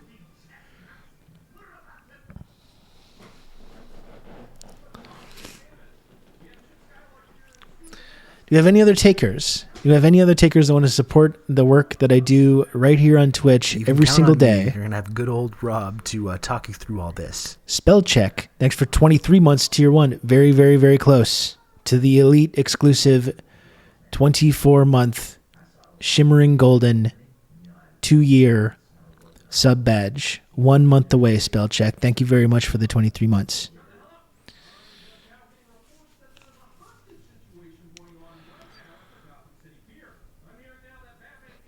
Can almost taste that golden badge. Exactly.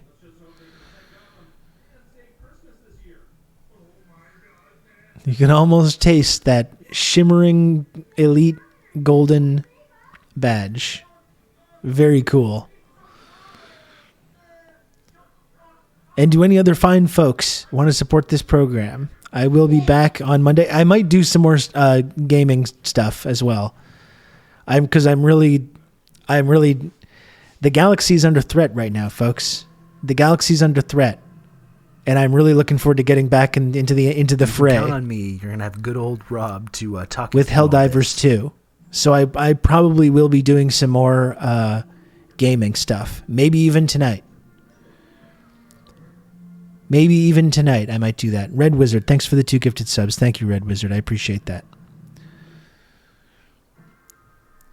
I think that's the cool thing about Helldivers too, the way that like it's kind of ongoing when you're not playing, and you almost feel like you're letting down humanity. Like I almost have that feeling, like the brave troops are out there sacrificing themselves for democracy, and what am I doing? What am I doing? I'm just sitting around. Oh, Dr. Maggot, thank you very much for the 420. Thank you, Dr. Maggot. It's not a sub, but it'll cover the tip for the pizza man. I really appreciate that, At least Dr. Maggot. partially. Thank you for that. Lodan, are you still trying to install that update? I'm not doing my part right now. I know you feel kind of weirdly guilty. Use the computer to mark up the size of the account. And Shanovision, thank you for the 100 bits. And we do have a go home hype train here. In the final stream, the final episode of TRRS for the week, got a little hype train. Is it just online for your squad, or are there other squads in the world along with yours? It's just this it's almost. Oh, thank you, Dave. Thanks for the 1312. Dave Dulles. I really appreciate that. Thank you, Dave. Yeah, Soy Prem, it continues like indefinitely. It's like this like ongoing story that you can just jump into at any time. And like there's planets that you're trying to liberate, and like you go to the different systems and see the planets that are like it's like 13% liberated, or it's 1% liberated, or it's 75% liberated, and you can just go in and try and like hop in and try and free these systems and try and spread democracy to these planets and these systems. It is addictive, yes. And there's liberating humanity from wokeness. That's right. And there's some planets that are so intense. Like I almost have like, I'm going to have like the Vietnam vet staring into the middle distance from participating in some of these campaigns. You drop down and it's just this you just drop into this hell scenario, this meat grinder. Daddy, can I tell you what gaming thing you should do? Sure. What do you think I should do? You should do a video of you playing Fortnite. I do that sometimes. I do videos when I play Fortnite sometimes. As a red arachnid. Oh, you want to use Red Arachnid, the hero guy, the superhero guy. One would say that you would be diving into hell. It is a little bit like that, yeah. It do be like that. We made like a superhero skin. He wants me to use that.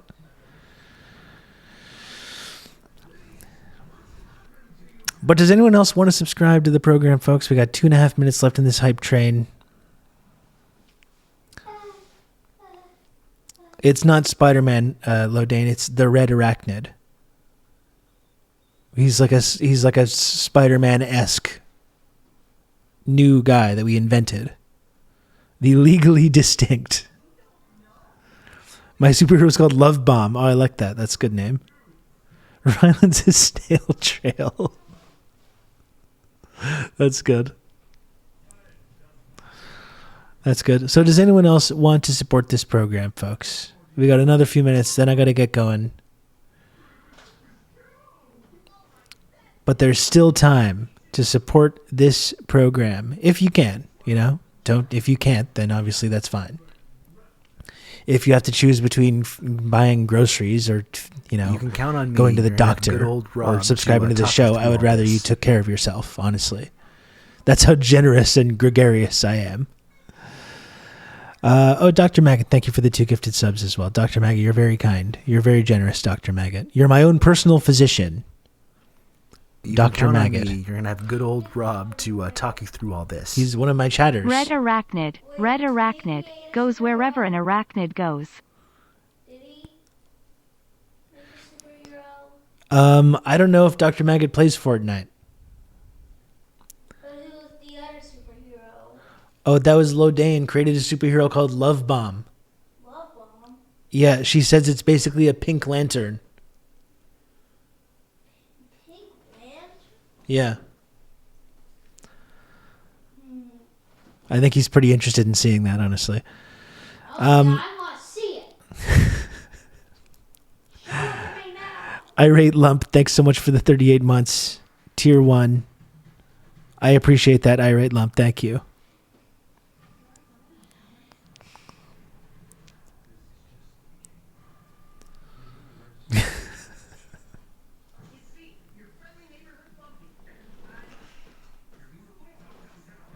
The pink light is love, you see.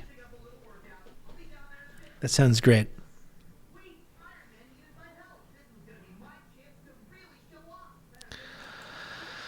Okay, the type trains are kind of treacherous when you're trying to leave.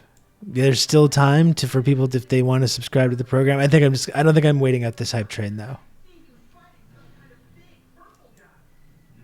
I don't think I can wait out the whole thing. I think it's time to go. I think it's time to go soon.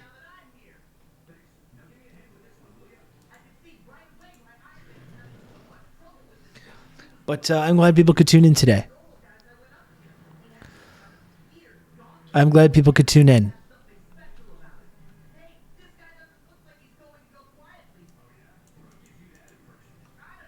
What is it, Lodane? What did I do? Why am I getting the Maduro?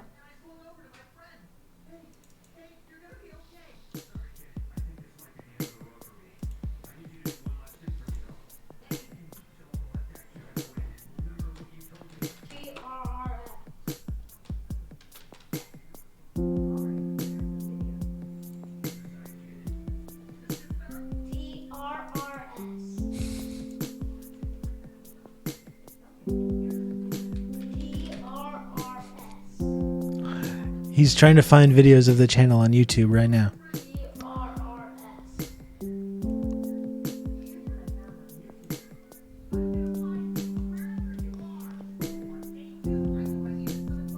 Okay, well, I got another 2 minutes. We got another 2 minutes. If anyone else can still subscribe. Yeah, I'm going to order a pizza in about 5 minutes, buddy. It's not even 5 o'clock yet. Maybe you should wait till after for that.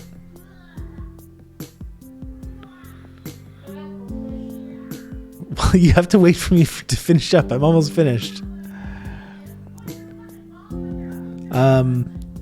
Right. So people can't, if you want to, you can still subscribe. You can really own me by getting to level 4 of this hype train. If someone could really screw me over by gifting a bunch of subs and that would extend this hype train even longer. That'd be so frustrating if someone did that. And I'm glad that no one's doing it, frankly. I don't want that to happen. And I'm glad that no one's doing that.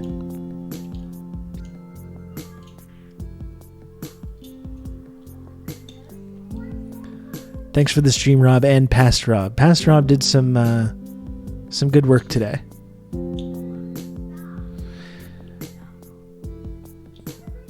You know, on a serious level, it's just I do think it's cool that I've been doing this now for 5-6 years going on. So it's really, really interesting for me to be able to go back through the years and listen to the kind of conversations and observations that I was having about various events. I think that's really cool, and it is kind of neat. It's a neat way to kind of spend an afternoon kind of looking back through some of those things.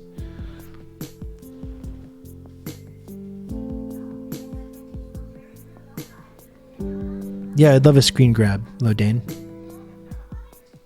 Good, I'm glad no one else... Thank you for not subscribing. Thank you. I'm glad that you didn't. I didn't want you to, so... Thank you. Well, God's Own Drunk, thank you for that.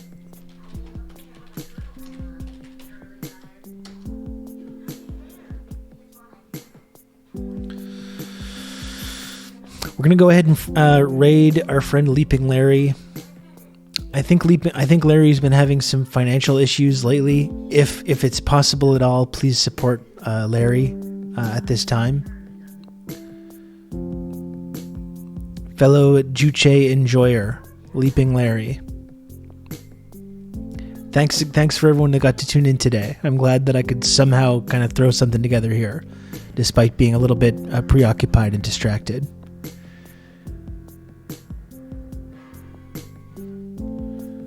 Thanks again to everyone who did not subscribe in the last couple of moments. That would have been really frustrating. Count on me. You're going to have good old Rob to talk you through all this. Anon, come on. Thank you for the sub, but come on now. People subscribing right now, it's like there's 30 seconds to go. Subscribing right now is like you might as well just spit in my face. You might as well just spit in my face. Nothing could be more frustrating.